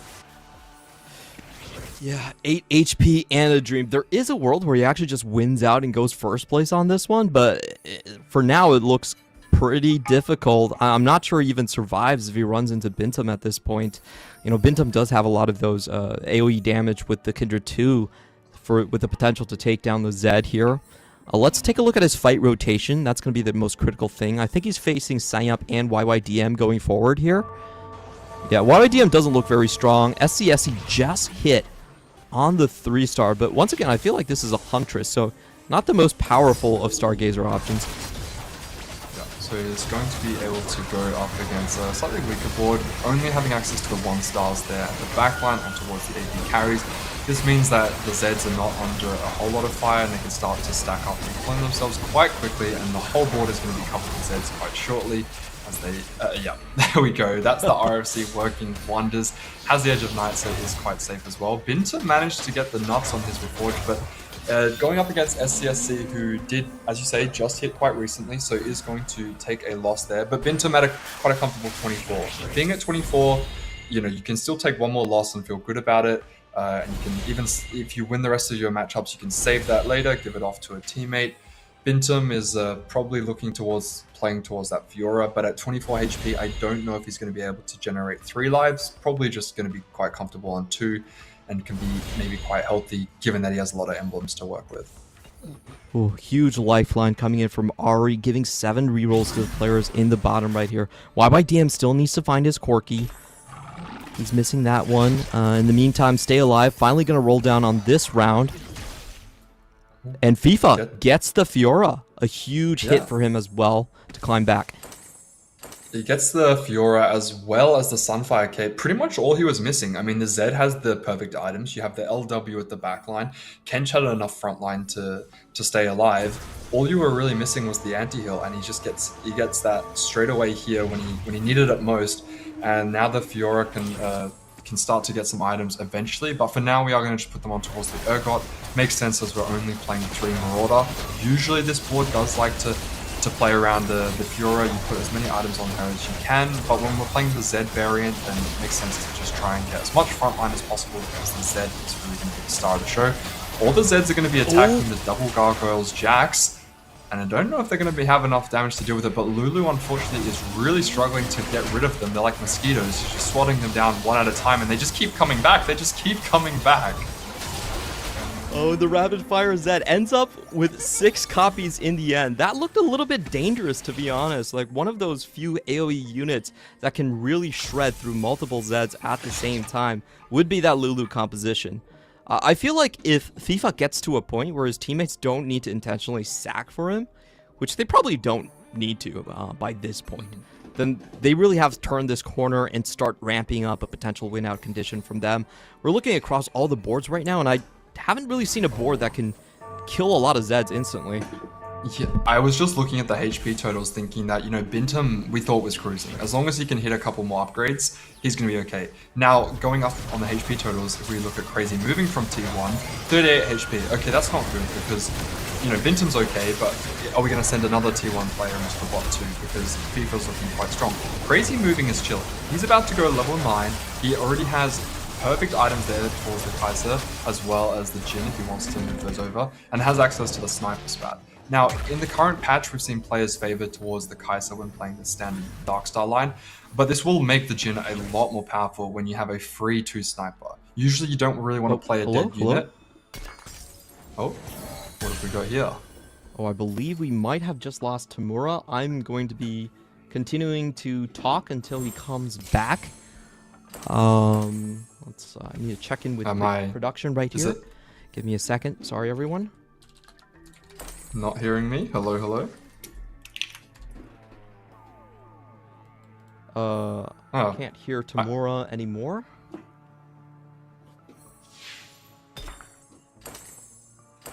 Okay. I think if that works, then it means that my audio is still going through, but maybe Clement can't hear me. Oh, you're back, thanks. Okay, we're all good. I don't know what the hiccup was there. Definitely, yeah, sounds like you lost me on your end, but that being all said, looks like we have gone through on the treasuries there. Everyone's given what they needed, as Crazy Moving was making use of that explosive growth. Has made it to level 9, is looking quite strong. has lots to work with. That being said, though, sitting at 25 HP is quite scary when you know that FIFA already has that Z and has found his fitting. I think that his position is looking quite strong. Yeah, and we do have Crazy Moving actually putting all of his items down against his teammate right here. Bintum with 13 HP, but is strong enough to the point where they are comfortable doing that. In the meantime, FIFA going up against a very strong Corki board that could take his Zeds down. We're not sure how that one is going to go, and looks like it's going to be a team kill. Oh no, that's it's not really what you want to see, as FIFA was looking quite strong to be able to contend with some of the top players. And I was going to say, a little bit scary for Crazy Moving to have to sack around there, as he was looking quite strong, but his board wasn't the nuts. I mean, this is a very strong board, don't get me wrong, but when going up against some of the others, it could be a little bit scary. That being said, with FIFA now out, T1 has a little bit more breathing room. Sungyop still has a life to sack, but SCSC only on 31. GAM is looking to be in a similar position to where they were in the previous round, I would say around the middle of the stage, where they had all these players with all of this extra HP.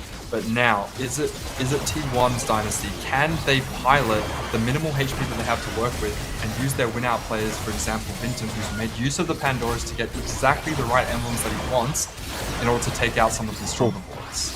Fall Help did find a massive bar 2 very early on. Looks like he's going to be taking out Bintum, a potential win-out condition with how many usable emblems he has on his board. So Bintum does drop, and it looks like Gam just tried to cut FIFA off, said, you know what, you're not hitting the Z2, so we're just going to try and out-pressure T1. First step completed, but they still have 2 other members to go, Crazy Moving and Sayup, now next on the chopping block. Yep, and this board is insane from Followhop. Sitting at 42 HP, can definitely afford to sack a couple of rounds if he needs to. And look at the lack of items there on towards the Sona. He has the Blitzcrank with 2 items, so as the game continues, he's going to eventually make it towards level 10 and just keep getting stronger. With every little item that he gets here, his board is just going to keep getting even better. The Bard 2 is a very nice pickup. You can start to steal some units and generate a little bit more econ as well. He doesn't have access to that much combat, unfortunately, because he's opting towards taking a lot of econ. So when going up against some of these other boards with more combat power, he might start to struggle a little bit, as this Bard is struggling to take down the double gargoyles. Never mind, there it goes, and the Lulu is going to be able to take a couple more, but Crazy Moving, unfortunately, is knocked out, and that means that T1, are they going to be losing a third? No, 1 not HP? quite. Sungyop's just Wow. barely holding on. Yeah, that's just incredible how well Stay Alive was able, Fall Help, was able to hit all of his 5 costs right there, Bard being the most important one. And he still has a long way to go as well. Like, usually in that Vanguard AP Fast 9 line, you still have the Sona and the Vex to itemize. But it looks like what we're seeing is, even if T1 avoid elimination here, I'm not sure their win-outs can actually deal with Fall Help. Yeah, they need someone who's able to play for a higher placement, because it looks like one of them is most likely going to be knocked out. I mean, even if they have one of the players, both the players escape the bottom 4, then they're still going to need someone to be playing for first, because if they take the losses and Fall Hop's running away with the first, then they're going to be in a lot of trouble. As we do see Sungyop going up against the Corki board from Gam's YYDM. Unfortunately, it doesn't look like he has enough frontline to be able to survive all of it, and the backline is just getting absolutely pinned against the wall there from the Galio. And that is going to be T1 falling. They've got 3 players dropping into the bottom 4. SCSC can play this one out, but much more dominant performance here from the GAM side. Yeah, and it looks like we will be heading into a game 3. I'm getting chills here. The Giant Slayers starting to do their work against a legendary Korean squad right here.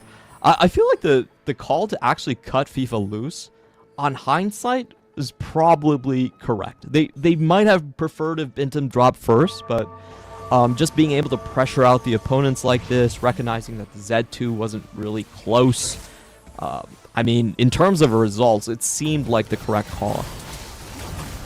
And looked like Bintum had actually hit the nuts. I mean, he had the double brawler emblem, he had access to an extra challenger, he was slightly contested, I guess, on the units, but managed to hit relatively on time. But some of these other boards that managed to get to level 9 were just a little bit too strong for the brawlers to deal with. Yeah, insane bar 2 coming in early. Really sealed the deal. Fall Help still taking a loss here, but the game's effectively over. And this is what we were talking about kind of in game 1. It's like sometimes cutting your players loose is very important to recognize if you have that condition to kind of just blow out your opponent, which means sending 3 of them into the bot 4. Yeah, and if you have the HP to work with as well, you can see that the opposition team, if the opposition team has not much HP, they can't sacrifice, they have to verse each other eventually, then you know that if you just take out your weakest link, that weakest link wasn't going to win rounds against them anyway. So therefore, it's much better if you just change the matchmaking so that you know that you're forcing these low HP players in the opposing team to verse each other, and then they're going to do half the work that you were supposed to do anyway, and they're just going to take each other out. Yeah, exactly. You don't sack for the opponent. You take away a weak matchup, which they could have realistically, gathered their momentum a little bit more. And this is the outcome. So really good pivot from GAM Esports coming in from game 1 now to game 2. They've already clinched the game so far. The admins can actually end the game and just move it on, but we're going to let the players play it out and see if Fall Help with this thinking forward board can actually get that first place. I will say if T1 still manages to win, it's a good morale booster for them. Most definitely. And speaking of morale boosters, now T1 entered the series coming off a clean 2-0 sweep. They had to have been feeling good, had to have been feeling confident. Is this going to shake things up? I mean, they thought they were just going to run away with it and have 2 clean, easy series and have go 2-0 in both of them. But no, now they have to go to a 3rd game in the 2nd series. And so T1 is going to have to bounce back. It's not a horrible loss, not a great one either. Not having a single player in the top 3 definitely doesn't feel great. But they weren't far from it. They had a few lines, if they'd hit a little bit earlier, if they'd managed to push levels slightly, where the players were in position to have a decent end game. Unfortunately, the cards just didn't fall well for them, and the other boards are very, very strong, especially hitting the bar 2, hitting the Corky board online. These are boards that we know and have seen many times before. Once they come online, they're very difficult to deal with. And I do want to mention how close this game was actually being to T1 actually turning the corner. Bintum had perfect emblems that he handpicked. We can argue you might have spent a little bit too much Ogden power securing those particular emblems, but it was a very strong board in the end. Crazy Moving also was on 50 gold going straight to level 9. He just didn't have the runway to actually turn the corner. Fall Help kind of saved the game with that forward thinking, just being able to hit the bar 2 way too early, just eliminating kind of a lot of the strong win-out factors coming in from Bintum and Crazy Moving. So all in all, I have to say this game was actually a lot closer than the results might give it credit for. Yeah, exactly. I think Crazy Moving spot on paper actually looked really good. It's just that Fall Hop spot was similar but better. He managed to get to level 9, make use of the gold augment there, the explosive growth. So he was guaranteed to have a lot of money on level 9 to roll down. But Fall Hop was able to do that so much faster than him. And it just meant that despite the fact that he had the HP to share with his teammates, if you share your HP with your teammates and you don't have the same board to be able to rival the top players, then it's just inevitable that you're going to be taken down as a team. Yeah, definitely. It's a lot of times what makes 4v4 so interesting, it's not just about the cap, it's also about the tempo as well. It's about really clear decisions on who is going to match up against which opponent player, where their placements are going to be. There's so many things to consider coming into this one. Well played by GAM. Like, this is probably, if I'm thinking about it, the most dominant game that we have seen so far. Even when T1 was playing against Zeta, it was going down to the wire. Like, a lot of these games were coming down to single lives on Mori and Tidal. Overall, I will have to give it to GAM Esports. This is probably the best anyone has really looked against this T1 squad. Yeah, and especially to do it from no augment opener as well, having to kind of pilot the early game and put themselves into a comfortable position where they are open to a little bit of variance depending on what shows up at 3-1 through to 3-3, and they've done that perfectly well. And you can see these final boards here, both playing around some variation of some equals. Actually, no, the Bard on the other side, not quite the same, but the Corky Riven board we've seen quite a lot, where the Rammus is relatively unkillable at the front. And this Bard level 10 board, I guess you really have the flexibility of playing any of the units, and Paul Hops decided to go with the Vanguards, which is going to be very, very strong because you've got a very slow back to front board in this sense, where both the Sona and the Bard there are going to be quite powerful. And you can just tech in a couple of filler units, for example, the Morg 2, as we can see there's Kane with the Rust on the side, and that Nunu with the double gargoyles and the helm is just going to be able to continuously cast and store long enough for these slower moving units such as Bard. Yeah, it's actually very rare to see a board like this even happen in 4v4, the Vanguard 9-5 kind of flex legendary boards. Usually you never really get the resources or the HP totals to get to a situation like this. Fallout able to find it with the forward thinking. And I feel like, you know, GAM for me was the dark horse coming into the lower bracket. They practiced a lot with Vision, who was also a dark horse in the CN qualifiers that managed to go first place. The team with Flancy, with Mod, with Zenbai and Koyoe. That was a surprise to a lot of the industry insiders when it came to the CN scene. And Vision has very high praise for this GAM roster as well. You know, they have 0 players that are playing in Tier 1. However, you know, YYDM and Fall Help have already punched their tickets to the next regionals. They're really closing in on those doors. So this could be a start of several very interesting careers. Yeah, start of some very, very strong careers, as they've shown resilience. They've shown that despite having their backs against the wall going up against the powerhouse of T1, they were to pull it together and play some calm TFT. They built some very beautifully constructed boards. And so we're going to be going to a short break. And when we come back, we're going to have the final game of this series to see, can T1 pull it together and bounce back, or is GAM going to walk away with the reverse sweep?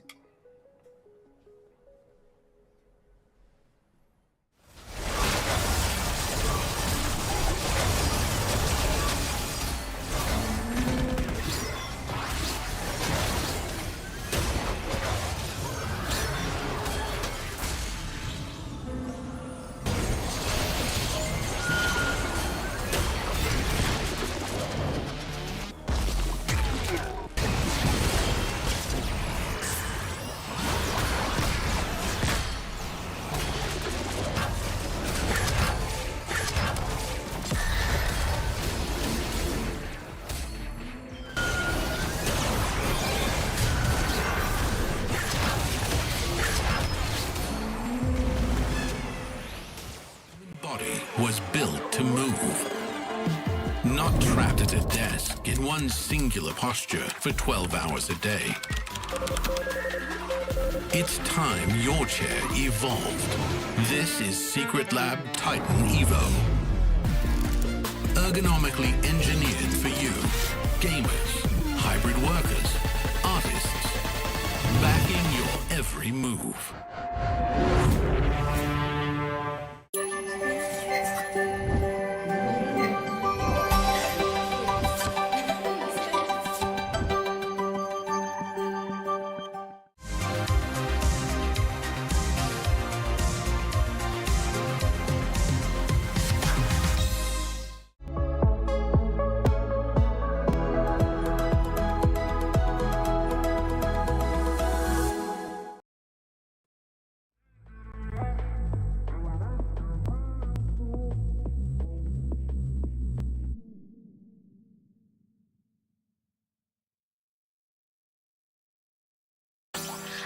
Never meant to stay.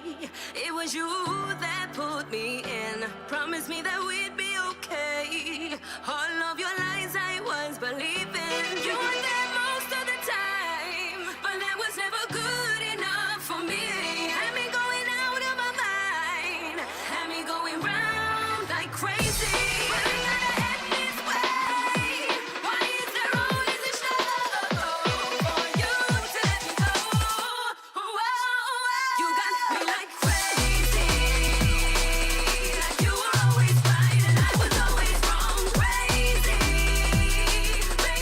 Did I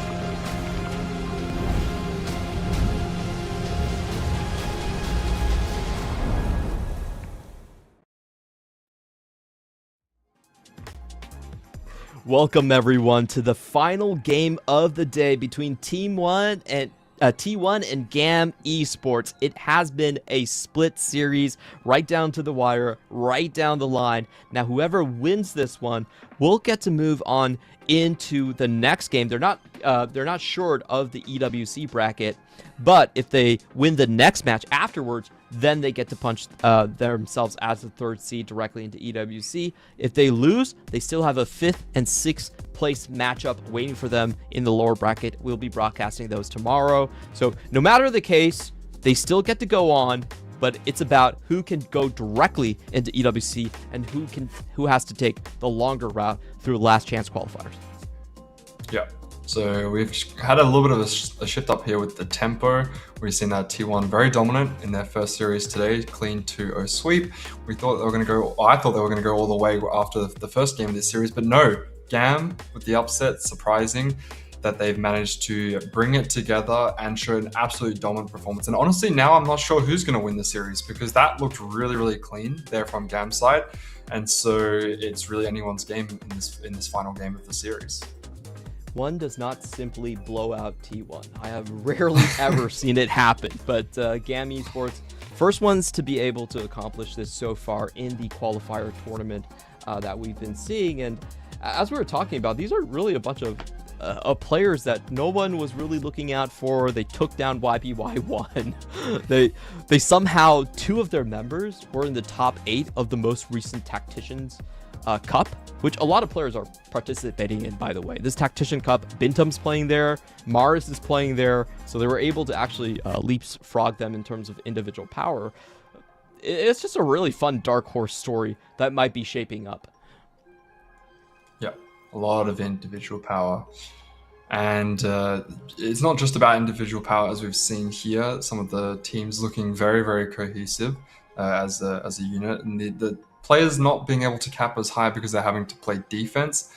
We've seen players actually lose a lot of positions for this. We've even seen sacrifices. We talked about this in the last game, where if a player is not going to be winning any rounds regardless, sometimes it's better to let them go rather than feeding them too many lifelines. Because that way you can kind of pin the other team against themselves and just utilize HP and preservation to make them fight each other. Yeah, very cool stuff. Will GAM continue to be the Giant Slayers? Will they continue to extract groans from all across the APAC fan bases if they do manage to take out Rock Esports, RRQ, and T1? Like, I don't know, man. I think my brain would literally explode at how much grief they have given to these much larger fan bases.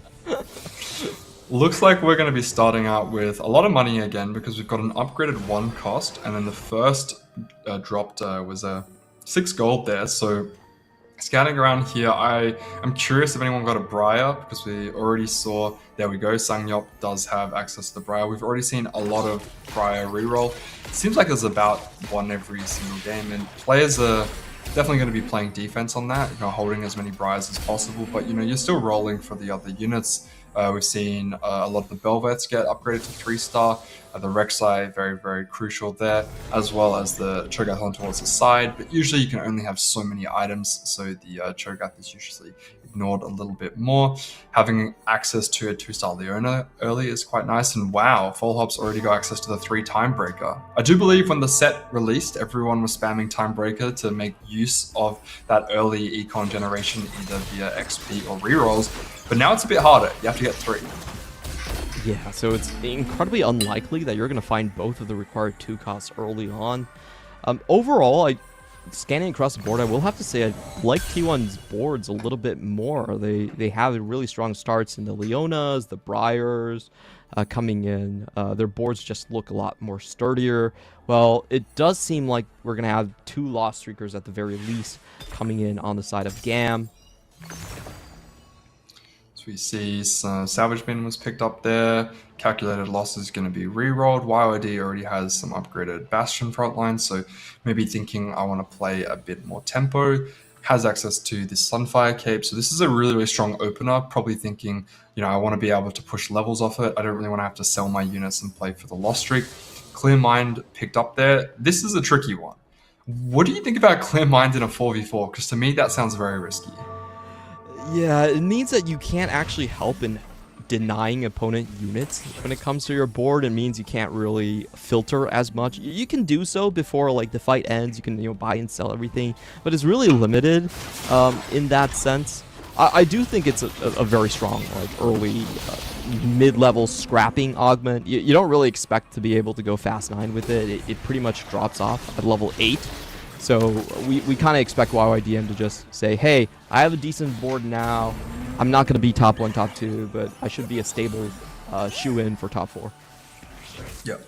You can see a lot of options. There we go. Because if you take something like the calculated loss, you will have players also going for things like savings account, and you don't really want to be colliding with this. It just doesn't, the synergy just doesn't work very well. So Crazy Moving saying, you know, I want to make the most amount of money possible. I'm going to sell every last unit. So anyone else on the opposing team or my current team, don't play for a loss streak because you're going to have to go up against me. Yeah, and in 4v4, having that full open player is just so beneficial. You really prevent players from playing things like the anima, or like you were talking about the calculated loss as well. We're going to be taking a look across the board here. Bintum, I think, in another just kind of like a YYDM spot where he's just trying to tempo. It has a very strong start early on. Really want to check into what Arbiter he does have, as we've seen in the previous games. Getting that extra HP can mean you have a win-out condition just out of nowhere.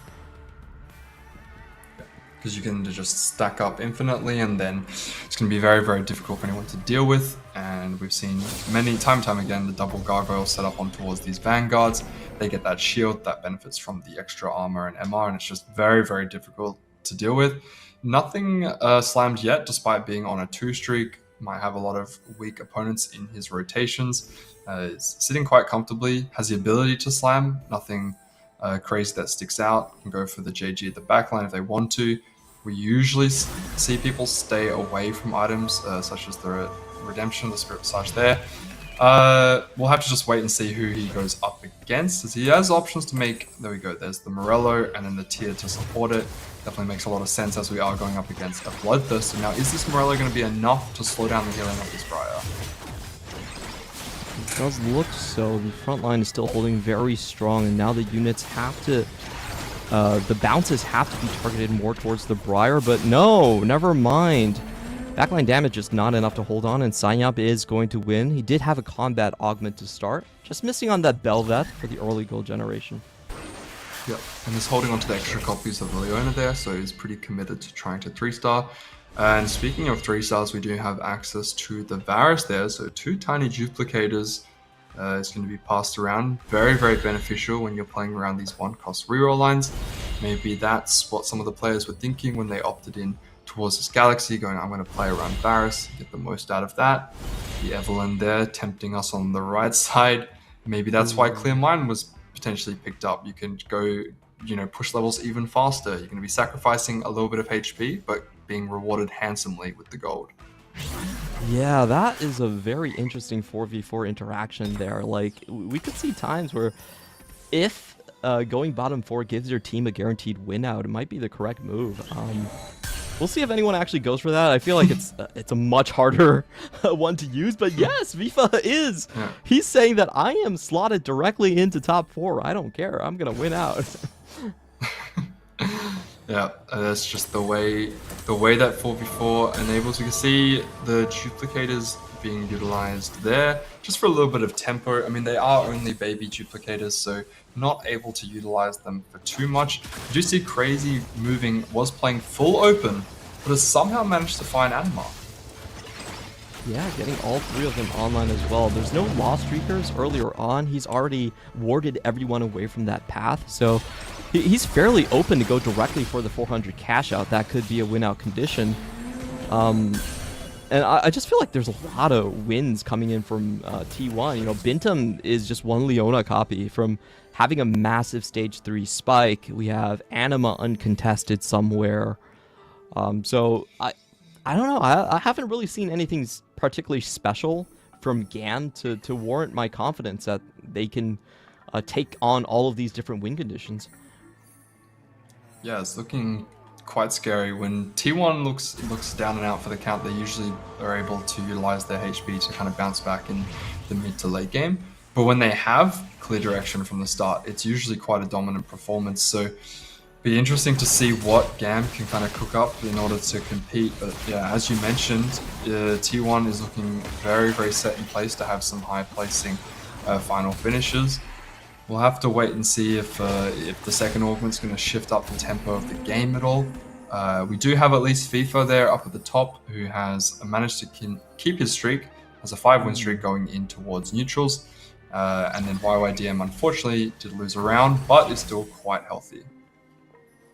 Yeah, this is going to be FIFA's board where I have to say he's making the correct gambit. Looking at his spot, it does look like a guaranteed top 400 HP moving into it. And for a lot of these T1 players, I think unfortunately for them is that for Sanyap and for the other Anima player, they're both missing on the Belveth. So not able to generate additional gold early on here. That can make quite a difference, especially if you're going into that Briar reroll line. And Bintum doesn't have much money, but as you said before, is very, very close to just using those duplicators to get that Leona 3-star. And once you have that, it's very, very difficult to deal with. And an unconventional Lysandra 3 potentially being picked up. Just the addition of the extra, yeah, there we go, rolls down for it and manages to use the double duplicator.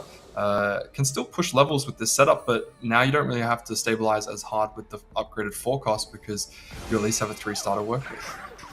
Yeah, and this is quite a strong play against someone like Bintum that's kind of expected to win streak on stage 3. We have seen this Lysandra line being played a little bit throughout the tournaments, but I always feel very uncomfortable with playing this line just because you never feel like you have enough stacks on the Cho'Gath to make this line actually work. Like, Cho'Gath does get bigger every time he bites down on an enemy unit, but you need to full win streak to actually make use of this one-cost reroll. I wonder if he's just going to skip the Cho'Gath completely at some point if the copies don't show. Yeah, especially with the items all being slammed towards the Lysandra there, as I do believe he gets a little bit more HP if he's actually securing the kill as opposed to just the takedown. And so the fact that he's going to be dying out quite quickly without access to something like a Redemption, Sunfire, Warmogs, anything to just keep him alive for a little bit longer. So that's a little bit unfortunate. We do see Cosmic Restart being offered here. There's you can get a Forge item as well. There's Uplink, just kind of really considering this last option because we are able to re-roll it, but yeah, deciding to go for it. Offered some generic choices here. He's going to go for the Thresher's Lantern. Definitely makes sense as it's just a well-statted item in general. And then you can just throw in another Brawler here to kind of just delay for as much damage to come out of this Briar as possible. Yeah, doesn't really find the best one. He might have been looking for Evelyn for Belveth. That's statistically the best artifact you can hunt for them. But generic tank isn't too bad of a miss. You'd be a lot sadder if you didn't find that one. Now for Fall Help, we're taking a look at where his board is going to go. It seems very much like a sort of Corki board. I think what's going to happen is that FIFA is actually going to vacate the position for Corki and give it to Fall Help. Even though FIFA does have like the Death Blaze slammed, he doesn't really need to go into that one because he has the salvage bin. Yeah, the salvage bin there just gives you so much flexibility. You can slam items such as the QSS, the Rage Blade. Usually you wouldn't really want both of these items this set on the same champion, but it doesn't matter because you're going to be able to change that later. You can slam the Declaw there on towards the front line. So you do get a look at some of the other boards. YYDM has managed to pick up the double Archangels as well as that with the Augment. So this is going to mean that whichever carry he puts this on is going to have a lot of AP to work with, and then that additional mana gen, so you don't really have to build items such as the Shojin or a Blue Buff. It's pretty crazy at this point, but FIFA and YYDM have been able to avoid each other for 6 rounds, both going on massive win streaks, and with SCSE missing on the artifact, suddenly I don't think things look that rosy anymore. SCSE's build path, like, he had a very, very slow Belveth, wasn't able to find that, is forcing himself to level up. I feel like SCSE needs a big econ 4-2 for his Darkstar board. That's kind of the only position he has going for him. Yep. and Evelyn isn't going to be giving us too much extra econ here to work with. Sometimes if you miss out on those econ augments, you kind of have to just choose the god that's going to give you the biggest boost to your economy in order to make it to 4-2 and have enough money to work with. We've seen a lot of these players favoring towards the Varus line just because so many of them were very close to hitting their 1 cost 3 stars anyway. We make use of that. As we do see, get another look at Crazy Moving's board, who is managing to play around a very, very weak anima board, but with those items slammed is able to kill. Yeah, he's able to kill a couple of units, but that's definitely an unconventional line he's taken. Yeah, I had to cash out relatively early playing this one, so I'm kind of surprised that he didn't go for a little bit more. You know, he cashed out on the 300, but if you take the 2 extra losses, then the 400 is typically seen as being a lot more stable. Instead, he's going to go straight in and try to contest on the Corki early. Very interesting move coming in from these players, because honestly, I don't even think he's going to win the next 2 rounds anyway. Yeah, definitely doesn't look to be that way. I mean, he's easily going to be able to just he's easily going to have enough money to be able to 4-1 it, but didn't opt in towards trying to go for those higher rewards. I don't really see a world where he rolls down at 3-7. As we do see, nope. There we go. He's just going to be picking up another Alawi there. Has a bit more frontline. I mean, if he was able to win this round, then he can most definitely keep a win streak going. But he's not really going to be looking to spend too much of his money. The savings account wants to stay above 70 gold, which is quite comfortably going to be able to do so. He does have access to the Jinx 2-star, so he's going to be dealing out a decent amount of damage here. It just depends on who his matchup is. It's SCSC. Yeah, this is, I have to say, this is such a risky play pattern. Basically, if he misses on the Corki, and some Rivets are already getting taken off the pool, I think it's just GG. You know, it's like it's so low HP, and he didn't find a good cash out for himself either. I just don't really like the 300. Definitely gonna have to hit, and he's gonna have to hit hard. Only 17 HP there, so not looking great. Full Hop is closely joining him there at 24, but not loving Crazy Moving spot. Yeah, and Fall Hop has so many rolls as well. Okay, here we go. But he does find 2 Corkis right off the bat, so never mind. We're back in it, boys. There's the Rammus too. There's good items for it as well. He already has the Crown Guard secured. He's got a couple of those extra anima items for support. And there's the Corki too. Okay, so feeling very, very comfortable now after the fact. Still sitting at 17. We've seen these Corki boards be very, very dominant as you get towards the later stage of the game. And he has at least 1 combat augment. So if he's able to get a nice, strong second combat augment, he's already utilized his first one to give him all the resources he needs. Whoa, Fall Up has 22 free rerolls. Oh, this is going to be a very sweaty situation for Fall Up. Typically, he's going to go for the same comp, but I wonder if he's going to consider anything else because the opponent's already rolled early. Wait, am I underestimating the genius of T1? Was that an intentional move? To just like... I don't know, he still lost the extra 2 rounds, but... Yeah, he definitely lost the extra 2 rounds, but he at least made the correct decision to roll early on neutrals. It looks like it has... Oh, there we go. Crazy Moving is holding on to 5 copies of Corki. This is perfect. And if he gets extra items, we've already seen how double Corki can be utilized and effective as well. So has access to the ruins as well, and he's playing defense on his own opponent, playing the exact same composite. Yeah, and this doesn't sound very good for Fall Up at this point. The chances that he's going to be able to stabilize around Corki 2, which is the main carrier of the comp, are basically 0. Like, unless he has like reinforcements or something crazy that comes out of these gold augments. Has the cybernetic implants, makes a lot of sense. Just given that his entire board is dealing out a lot of AD damage. The extra sword as well can be quite nice if you want to play around. Oh, wait, never mind. I read that wrong. We are going to be rolling down from Fall Hop's board. Maybe it was he does get the Corki? Okay. Wait a minute. Oh, you are actually used the reinforcements. Oh, use it on the Rammus. I think we might have swapped positions. Yeah, we swapped positions from Crazy Moving's board, which was also playing the exact same setup with the 5 meeple line. So Yeah. reinforcement already utilized here. I guess maybe he already had pair Corki and then had to use it on the Rammus. Has Exiles, and is that double Gargoyles? Definitely not as common, but the Gargoyles does synergize nice with the Exiles, so the Exile shield will benefit from that as well.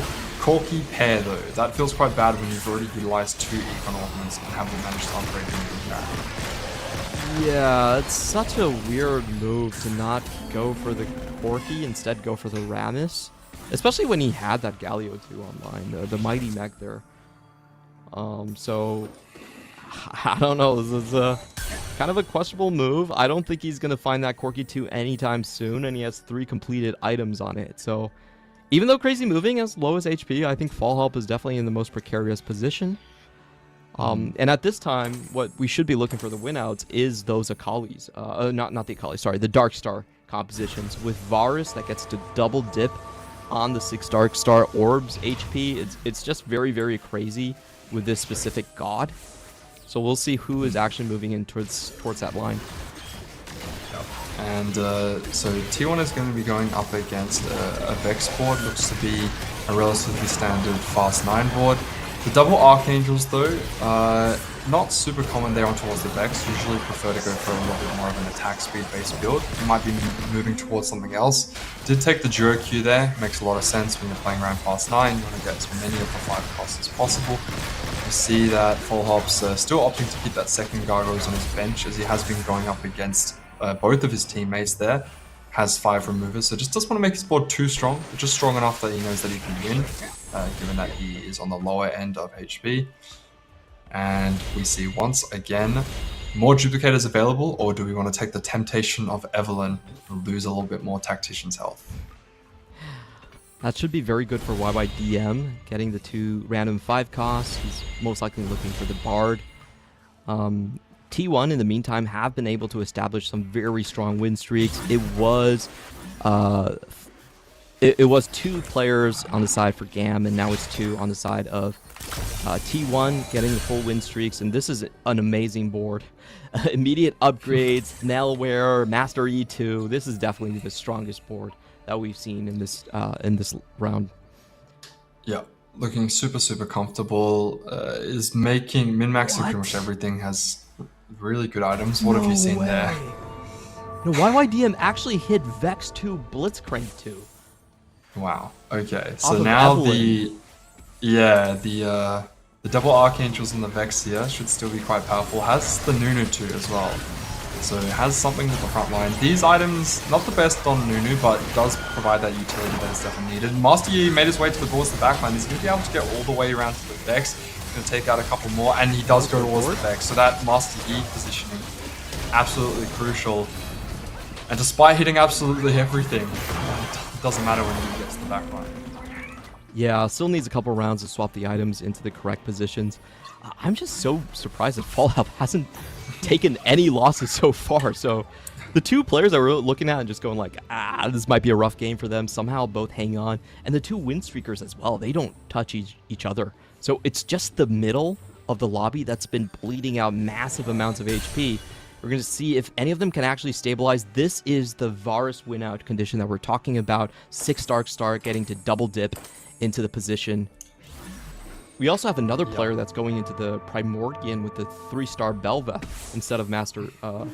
So a lot of interesting things happening here. Here we go. This is going to be FIFA's board, who had a massive win streak earlier on. Is that a Belveth? So you're going for a Belveth 3. And it's a very interesting line with the group hug there. So the ball is going to be very difficult to deal with. As you said before, like Lissandra, very powerful, you know, especially when 3-star, but can struggle quite a lot when we're dealing with the likes of a started up brawler frontline. Dark Stars are doing their best to take him out, and one more cast from the Lissandra should be enough, and there we go. The Replicator is going to be able to take it out, but it looked a bit dicey. Having Pantheon as your prime tank this late into the game can be quite scary when going up against stronger boards. I just don't understand how Fall Help and Crazy Moving both full 1 streak. stage 4. That's absolutely crazy to me. Like, Crazy Moving had 0 copies going into it. Was rolling down deep. He had a very, very good roll down, to be fair. And this is kind of interesting because I think the moment that Fall Help does eventually drop, there's suddenly going to be a lot of Corkies on the board there. There's already 7 here for Crazy Moving. Yeah, so Crazy Moving dug quite deep there.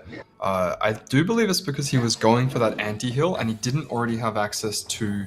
He didn't have access to a bow, he didn't have access to a belt or a chain or anything to really give him that anti-heal component. So he had to dig quite deep and he was running down to, I think it was 3 gold left. And there we go, that's what I talked about with the Vex items. Did look a little bit peculiar before, but having access to the Bard 2 now means that someone's going to be able to hold the double Archangels quite well. So Bard's going to be getting that extra mana gen quite quickly. And Bard's an interesting unit here because we see it quite commonly when you go for the Fast 9 outside of the Meeple line, and then when you are playing the Meeple line, sometimes it can be a little bit ignored if you are stuck on level 8. But making use of the Clear Mind here to get all the way to level 9 definitely feels good. Yeah, if YYDM is able to hold this position, I actually feel like GAM have the stronger win-out spots. They do have this, Vanguard Fast 9 board. They do have the Dark Star board with the Lissandra 3 online. So they have their win conditions covered out really, really nicely. And it looks like Crazy Moving's finally going to take a loss right here. It's a huge loss for him, dropping down to 6 HP. Fall Help does drop as well. Oh, this is getting so dicey at the bottom of the standings right here. FIFA probably has to be let go, and for Fall Help, it's about that Corki. Can he actually get that Corki in time? Feels bad there for FIFA, just holding on to the extra Kenches. Who knows, maybe a miracle occurs and then manages to hit the Kench 3, immediately sells it, sees it back in the shop. It's the same Kench, of course, he's going to be telling himself that. So we do get a look at some of the other boards there. The group hug making a lot of a difference here. Fall Help has got 3 duplicators there on towards the bench. He could definitely use some of them to generate a little bit of money. He's upgraded all of the 1 cost that he can, I do believe, so might want to duplicate some of those. Not too sure what else he can really do at this point because so many of the Corkies have already been denied. Yeah, he doesn't have the upgrades, but he does have the armor in the front line. I wonder if that might give him an angle to take down his mirror matchup here as Aramis goes directly into the back line. Doesn't look like it, though. Aramis trading places. It's going to come down to the damage, and that will still be in favor of Crazy Moving. Suddenly, the race is on. Corki 3 might be on the menu, and wow, GAM actually take perfect losses there. Yeah. 2 of them out in 7-8. It is now all eyes on their teammates to pull off the miracle. Stay alive, YYDM. Can they go 1-2 from this spot? They don't have much to work with. The T1 side has many players who can play to rival that 1-2 position. And on top of that, Stay Alive is likely only going to have 1 life if they make it all the way to stage 6. And YYDM, if they play it right, could have 2 lives right now. That's not going to stick around forever. Yeah, it's going to be very hard for them to pull punches against their own teammates right here. I do see a scenario where YYDM just knocks out Stay Alive for sure. It's not even guaranteed YYDM can survive this Master E. The front line is falling relatively rapidly. Tom Kench pulling extra tanks in here, and Master E now heading directly towards the back line. Is there another cast from Bard? It does come out. Finally, we have the Blitzcrank waking up at the correct moment, but Stay Alive drops. That's it. Oh, that's gonna be it. T1 with the bounce back, a dominant performance to start off the day, and a solid 2-1 victory here in the second series for them. GAM, they showed up in the second game. They showed us that they can perform, but unfortunately T1 is just too solid, too consistent, and too strong of a team. Yeah, Fall Help losing the matchup versus Crazy Moving was the pivotal difference right here. We saw that additional... I wonder if the small cash outs was actually the correct move. I think what was happening was Crazy Moving was cashing out every single chance he had for the additional gold and just trying to make sure that he would get the earlier roll down. That was the huge difference maker here. Him being able to carry on to 5 Corkies, deny Fall Help a chance to even stabilize, even with the reinforcements, really swung the game.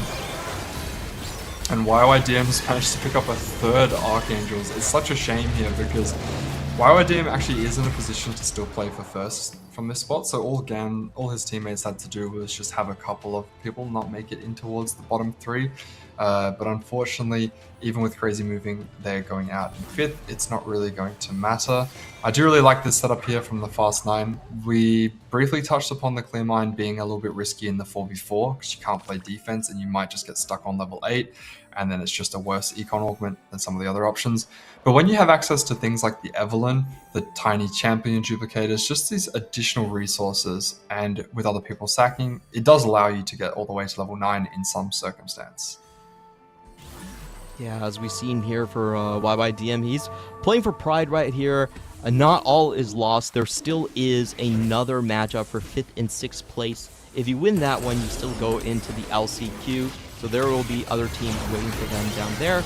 But obviously, congratulations to T1. They go one step closer to making it back to EWC. They just need to win the next BO3 that's going to be broadcasted tomorrow. And even if they lose that match for some reason, they still have another shot at the LCQ. So T1 will continue their journey. Very well played from them. We felt super nervous that they got knocked out of the tournament by a surging Zeta that just added Mori to the lineup. But they still proved they got it. They're a very, very strong lineup, and they've shown all sorts of different types of games today. They've shown the ones where they get the high roll opener and then they know that they can convert on something which is clearly a strong spot from early augments at 2-1. They've shown that when they don't have a HP lead, they can work together as a team to make it look like they did, when in reality they were all in the middle of the pack. They're really good at sacking, and they've managed to show us that coordination and communication in a 4v4 environment is the most important thing when it comes to TFT. And just showing up with strong individual performances in this game was enough to secure the victory. Yeah, they've just shown so much more synergy when it comes to denying and then optimizing for costs on their big roll downs. You know, I felt like Bintum was able to outposition when it came to sorry, not Bintum, the other player was able to outposition when it came to the Master Yi, and then you had Crazy Moving getting the Quirky online before as well. I'm taking a look at the cash outs, and yeah, actually looking at the cash out traits, he should still have went for the 400. There's not really a lot of not really a lot of reasons to do small cash outs again and again. But in the end, that didn't really matter, right? They were able to roll down one turn earlier than Fall Help, deny all the Corkies, and still find a very solid win based on just denying opponents. Oh, it's a shame that the YYDM's run here doesn't really impact the result at all, because that Edge of Night there on towards the Vex was quite clever, going up against the Master Yi, who we've seen absolutely destroy front to back comps as he manages to wrap all the way around to the backline. Doesn't matter when he has an Edge of Night, as soon as that procs, the Yi ran away to distracted by the Nunu, went back towards the Blitzcrank. And nice little trick there, because the Vex, after she has a couple items, generally has enough damage. So if you want to protect yourself, give yourself a little bit of extra insurance, you can actually go for an item which isn't typically made on backline events. Yeah, was missing one more and just made the best out of his opponents there, going with the Edge of Night. I still do expect YODM to take this one down for Pride, get his AVP up if he does eventually go to the EWC tournament. And meanwhile, SCSC misses on the artifact, but he's completely fine, playing the best line here on this patch. 17.2 solo Master Yi. We didn't see Master Yi 2 ever happen for FIFA on the other hand, so able to deny and send the other two 4-cost contesters, 7 and 8. Yeah, the 4-cost contesters, especially if they don't have access to the econ, they're not really likely to hit their upgrades, and so the rest of the team just playing really well done on their defense there. And a lot of the T1 players just able to kind of cruise, as some of the bottom GAM players are really struggling, and the rest of the players, if you can get to level 9, even if you don't have all of the upgrades in the world, because these other players that were contested struggled so much to hit their board, they're going to just be so far behind at the end of the game, that if you have the HP to preserve yourself and sacrifice, and players, if you are playing solo queue, then they're going to be in a much worse position. So you do see a little bit of a switch around here. as YYDM is switched his carries to be on the opposite side there of the Master Yi. Although SCSC is looking quite strong here. If his Fiora can jump all the way around to the backline, he gets absolutely blasted there. The Edge of Night still hasn't procced, and Bard doesn't get one more cast away there, so he's going to be able to attack the Graves, but no, I think it's the Graves upgrade. Oh, so close. We're going to be going into one more final round, as this upgraded Graves is proving to be a menace. Yeah, just had so many rounds to scale up right there. Going for the Assault framework. YYDM still has a chance to get a frontline item, does get a really good one onto this Blitzcrank. See if that makes the difference right here. And how he positions it. Usually the way you position against Master E is you actually shove the Blitzcrank onto A7 to just kind of block off that route to walk directly downwards.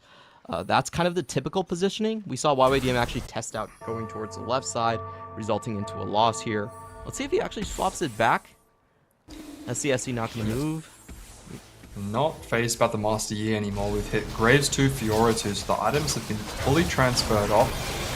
All eyes are on his backline duo. Fiora manages to jump forward before the new cast comes out, and Graves with the QSS is not going to be too phased by it. Fiora managed to go towards the backline, and Bard is down. Edge of Night is going to profit on towards Vex, but Fiora is still sticking around, continuing to cast. And it looks like that is going to be the end of it, with YYDM having a very strong board and trying to get first for Pride, but his team unfortunately was knocked out quite earlier. Congratulations to T1, winning both of their matchups today, and we have to talk about their history and how good they have been in the 4v4 format. A lot of players credit T1 for really teaching the field how to play this format. The way they usually play is they have strong loss streakers and they have strong win streakers, and then they are able to change those positions in the end. They were the runner-ups in 2024 EWC. They were top 4 going into 2025 EWC, and now they have another shot at hopefully taking it all home. Yeah, and a strong lineup that's had a few changes but stuck around with Bintum for quite some time. At the beginning of EWC's conception, the players needed to make sure they had a lot of TAC crown appearances to generate those points, and I do believe that Bintum had pretty much all of them on his own. He had been to that many TAC crowns, he had that much of an experience and a resume that he can say, okay, I'm just going to pick my teammates and make a really strong lineup, and T1 went perfect. This is the man for the job. We're going to build a team around you, and we're going to create a dynasty that knows how to perform and shut down these new organizations as they try and take down the Giants. And it really has been a lot of sacrifice coming in from Bintum as well. Like, he spent the majority of his time using the trust that T1 gave him to theory craft how to do 4v4. And honestly, after being able to go to EWC, he's never appeared in another attack round. Again, he spent all of his time just trying to hone in his skills and make sure that T1 gets this crown. So it's a really important moment for a player like Bintum, especially after he was relegated as well from the previous TPC, to make a show for all of his energy being put into this format. And I like how you talk about sacrifice in terms of actually putting forward their time, hard effort and commitment towards a 4v4 environment. We've had lots of the players praise the 4v4. They say, this is the best format. This is how I like to play TFT. It's a lot more rewarding to play in a team environment. And sure, there's solo queue on the side and you play some of those cups and work towards your TAC crowns as well. But the players love this. They're here to compete at EWC and they love a 4v4 environment. Yeah, it is just so much more exhilarating, I would say. And we're taking a look at the bottom side of the bracket where Flash Wolves were able to trounce Virtus Pro 2-0. So tomorrow we will be casting the 3 remaining best of 3s. It will be the winners match, just a seeding battle between Zeta Division and NS Red Force, and then decider match on who gets the last EWC slot between Flash Wolves and T1. Last year, Flash Wolves was able to beat T1 twice on the same day to clinch the first seed out of APAC. We'll see if T1 get their revenge. And then we have the elimination match. GAM Esports versus Virtus Pro. A Vietnamese squad versus the Vietnamese org. Only one of them will still have a chance at going to EWC. Yeah, and GAM definitely, it wasn't a sweep. GAM showed up, they had a strong second game, and so even though they've been knocked down and relegated into that position, they're still, a very, very strong side, and it'll be interesting to see how they perform. That being said, T1 advancing, going up against Flash Wolves.